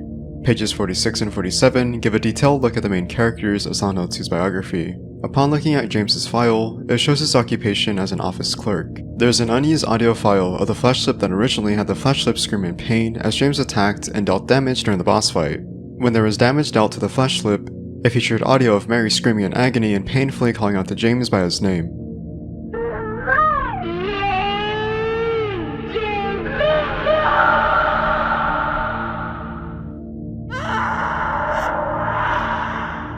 At the observation deck, when you head over to James's car to retrieve the map, you can get a slight glimpse at the interior of James's car. By manipulating the camera, you can look into the back passenger seat to see a blanket that makes a vague outline of a body. This pays tribute to a previous theory that players speculated that Mary's corpse was actually in the backseat all along. This is further evident from Masahiro Ito regarding the legitimacy behind this theory. According to him, Mary's body was always in the back passenger seat. Further supporting Ito's claims is Gai Sihi, stating that he believed that Mary's corpse in the back passenger seat of the car was for James's preparation in committing a double suicide, or in Japanese culture referred to as Miuri Shinju. And in order to do that, they all have to be valid. But for them, they put more love and effort into the in-water because it touches a really, really heavy place in the psyche and heart of Japanese culture. Oh, most Her being definitely. in the back seat of the car was the key clue in that for me, you see. Now, in the trunk, that's a very American thing, but to put her dead body in the back seat, that's a very Japanese thing. Yes. And then to drive the vehicle into the water to commit suicide is entirely Japanese. It's like that whole theme of atonement that is very strong in the Japanese culture. It's called Muri Shinju. In Japanese culture, Shinju is the act of committing double suicide, referring to two individuals in love. It is believed that lovers committing suicide would be reunited in heaven again, a view supported dating back to the Edo period. This act committed by James is supported by the in-water ending. In this ending, James refuses to let go and move on from the previous actions he committed against Mary, and can't forgive himself. While lamenting, James glances behind the driver's seat to the back passenger seat to look at the blanket, implying that this is Mary's corpse all along. On version 1.0, the dog ending contains slight differences compared to the final version. In version 1.0, James confronts Mira the dog, learning that she was the mastermind who orchestrated the events all along. Due to this, James equips his handgun to fire at Mira and screams dramatically in a comedic fashion, but it's too late as Mira presses a red button. In doing so, James loses control of his body and enters the T-pose position, which then sees the transition of other character models of the main cast. James then gains control of himself again, and Mira licks his face.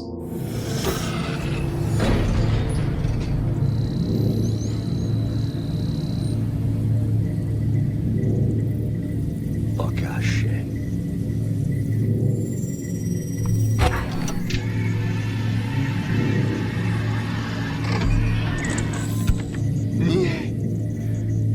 To nie może być prawda.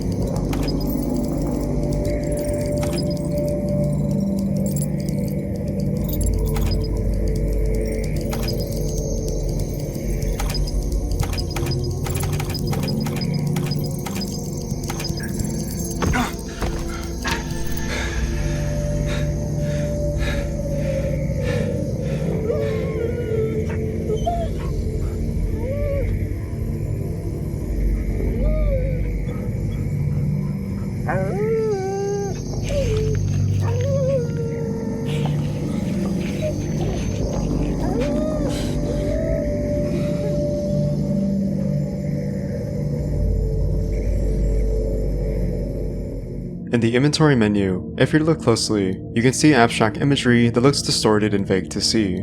This is because this is actually videotape footage of James killing Mary from the original Silent Hill 2. One of the unknown mysteries surrounding Mary is how she contracted her terminal illness.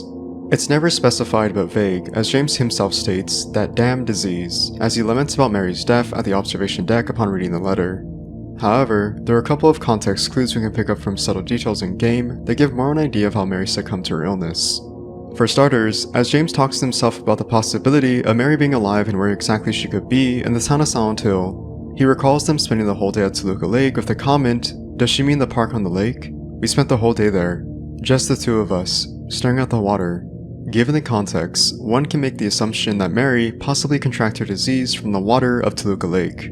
Now, it may sound far-fetched, however, given the supernatural nature of the town of Silent Hill, it's not out of reason for this to be a possibility. If anything, it's inevitable.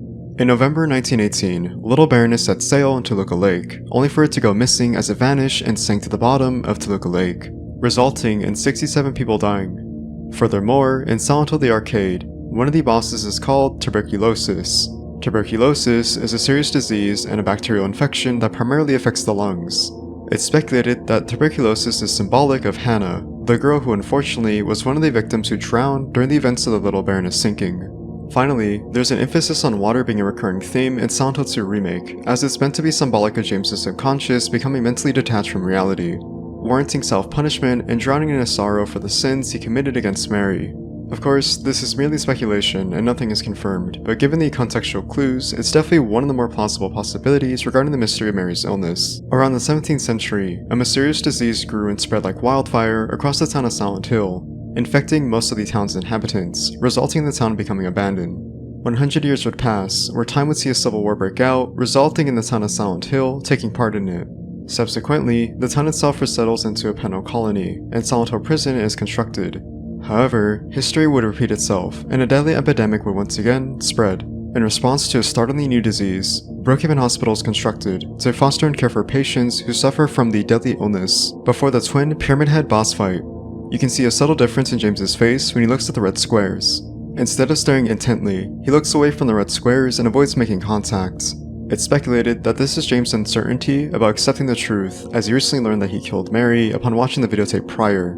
The red squares could be a reflection of James' inner feelings and thoughts, a reminder of the crimes and sins he committed, pushing him to self-reflection and acceptance of what he did. When James returns to Rosewater Park during Otherworld West Southvale to get the key to Silent Hill Historical Society, he meets up with Angela once again.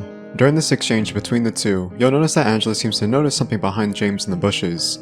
Angela says, "He's here." She then proceeds to run away. It's speculated that this is Angela's father. By manipulating the camera in this cutscene and turning down the volume of the music, you could hear faint voices coming from the direction Angela was looking before running off. Angela? Are you alright? Angela? No. Please. You shouldn't be here. Angela, it's okay. No, don't touch me!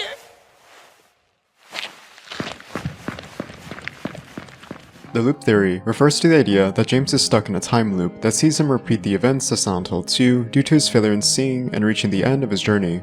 This theory was given merit due to many contributing factors that gave legitimacy to the notion of the loop theory potentially being canon. For starters, the dead bodies that James sees throughout the story are a projection of James's psyche, manifesting his subconscious thoughts of warranting death and punishment, hence the many corpses that bear a resemblance to James. The loop theory takes this and runs with the idea that the bodies are actually James's failures for making a grave error or mistake in his journey, such as him dying to one of the many monsters in-game. Contributing to this are the notes scattered and found throughout the town. The notes James encounters are speculated to be previous versions of James that left notes as a warning to future versions of James to learn from their mistakes. What ties and connects this loop theory into becoming cohesive are the strange photos. When all 26 strange photos are collected and deciphered, it spells out a message that reads, "You've been here for 2 decades." Fans have taken this in the context of addressing James's perpetual state of repeating this cycle over and over again upon failure to complete his journey. Hence, he's seen as being trapped in Silent Hill for 2 decades, which would explain the corpses and notes left behind.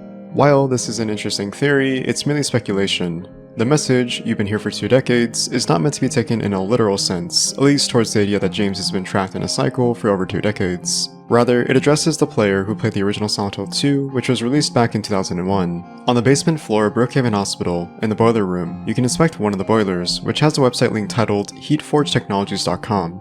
If you were to type in this website address into your browser, you'll be taken to a real website that shows a photo of James looking at the boiler with a website link, and to the right, you'll find a 3D model of Mira the dog spinning. Clicking on Mira will play the inventory sounds from the original Silent Hill 2.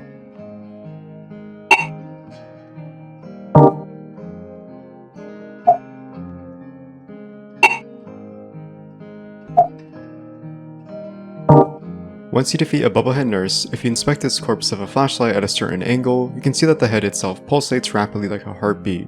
It has a translucent quality with fluid inside. After James encounters Pyramid Head on the Brookhaven Hospital roof, if you were to return to the observation room on the 2nd floor, you can find a telephone that plays a disturbing audio of a woman, presumably Mary, crying.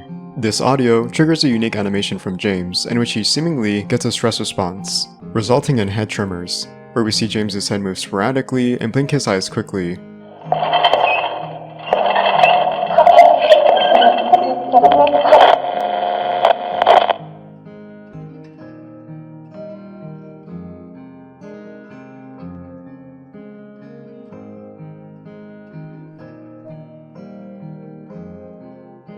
There's an audio found in the audio files that has a full transcript of Angela's father verbally abusing her with some unused voice lines. Some of the lines are difficult to hear, but I will provide subtitles from the transcript as the audio plays. Viewer discretion is advised, as this potentially could be triggering to those uneasy of verbal abuse, loud noises, and disturbing audio. Where would you go? You think you leave? Think you're special? There's nothing. No one. No one cares. You're making me do this. It's your fault. Best for you. What you want. To carry with you all the. What I did. Ain't you sick? Look at me! Don't look hurting me!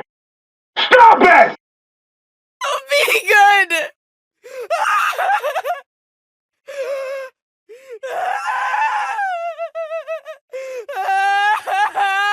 Maria wears a bracelet on her right wrist that has a symbol of a dark crescent moon connected to a cross. This symbol is called Black Moon Lilith, derived from the demon of the same name. According to astrology, the Black Moon Lilith represents the darkest parts of ourselves, such as the repressed desires and emotions of our personality. This connects to Maria, as she is a manifestation of James's repressed desires of wanting a young and healthy idolized Mary during Mary's illness. There are unused James to Maria voice lines found in the game files that see James makes comments as he interacts with the environment, such as objects, corpses, or when he fights off the monsters. Meanwhile, Maria makes suggestive lines and advances at James when talking to him, jokes, commenting on items, James fighting against monsters, and more. 3 bright coins. 3 actors in play. 3 bright coins. Here? I sure hope this isn't the special place you mentioned. You know a lot about the history of this place? No, I've been here before, once. Did one of those monsters get him? God. Did that monster do this? God. Did that monster get him?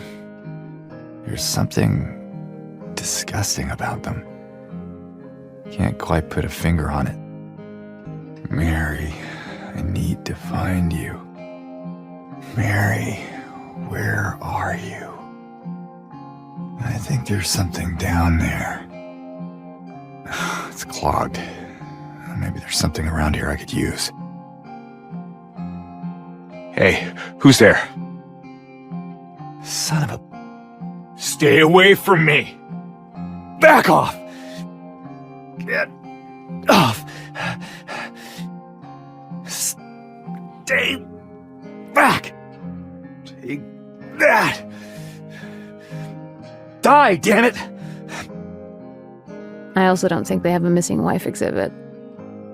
Yeah, sorry, that sounded funnier in my head. Are you sure you don't want to see me dance? Big boys like to play with their big weapons, huh? Can't keep your hands off me, James. Are you getting used to that feeling, James? Well, this night's off to a good start. Raiding doghouses now, huh? We better check the expiration date on this one. Okay. Now we're staring at old photos. You looking for something in these photos? It's coming at you! James, duck! James! It got me! James, shoot it! It's not dead yet. Kill it. Finish it off. James, you gotta crush it. Ugh. Gross. What's the matter with you? You didn't even try to help me. Why didn't you help me? I should have helped. I should have... Inside Jack's Inn receptionist's office, you'll need to solve the combination to access the locker safe to grab the gate key to progress through West Southvale with Maria. If you're to play on light or standard puzzle difficulty, the code is 0451. This code is a reference to System Shock, as one of the doors in-game used the door code 451, which would go on to be used by the developer of System Shock, Looking Glass Studios, at their Cambridge offices in Massachusetts. This code would be used as a running gag in various video games, before Bloober Team was contacted by Konami to greenlight them as the development studio to develop Silent Hill 2 Remake. There was originally a different development studio, that would be Hexadrive. In the developer interview for Silent Hill The Short Message, level designer Rika Miyatani comments on how Hexadrive got involved with Konami in co-developing the short message. She reveals that Hexadrive initially came to Konami with a proposal to work on a remake of Silent Hill 2. Likewise, Konami got in contact with Hexadrive with hopes of the studio potentially porting the Silent Hill series to modern platforms. Hexadrive, while interested in the idea of porting the series, instead proposed to Konami a Silent Hill 2 remake for modern platforms. To them, that was a passion project that they wanted to make and see as the precursor to giving the Silent Hill series new life and a breath of fresh air, after being dormant for so many years. Hexadrive would go on to spend several months working on a production quality mock-up demo to present to Konami, in hopes of potentially pitching a Silent Hill 2 remake to be developed as a co-joint production. During this interview, there is roughly 20 seconds of footage of the mock-up demo of Hexadrive's Silent Hill 2 remake that shows quick glimpses of James Sunderland with a wooden plank walking inside what's said apartments, where he is seen interacting with the map, writing down notes in the notebook, and finding items. Unfortunately, this mock-up demo wouldn't reach fruition and would get turned down by Konami. However, Konami would be impressed by their efforts and instead propose an alternative project to work on. That would be Silent Hill, the short message.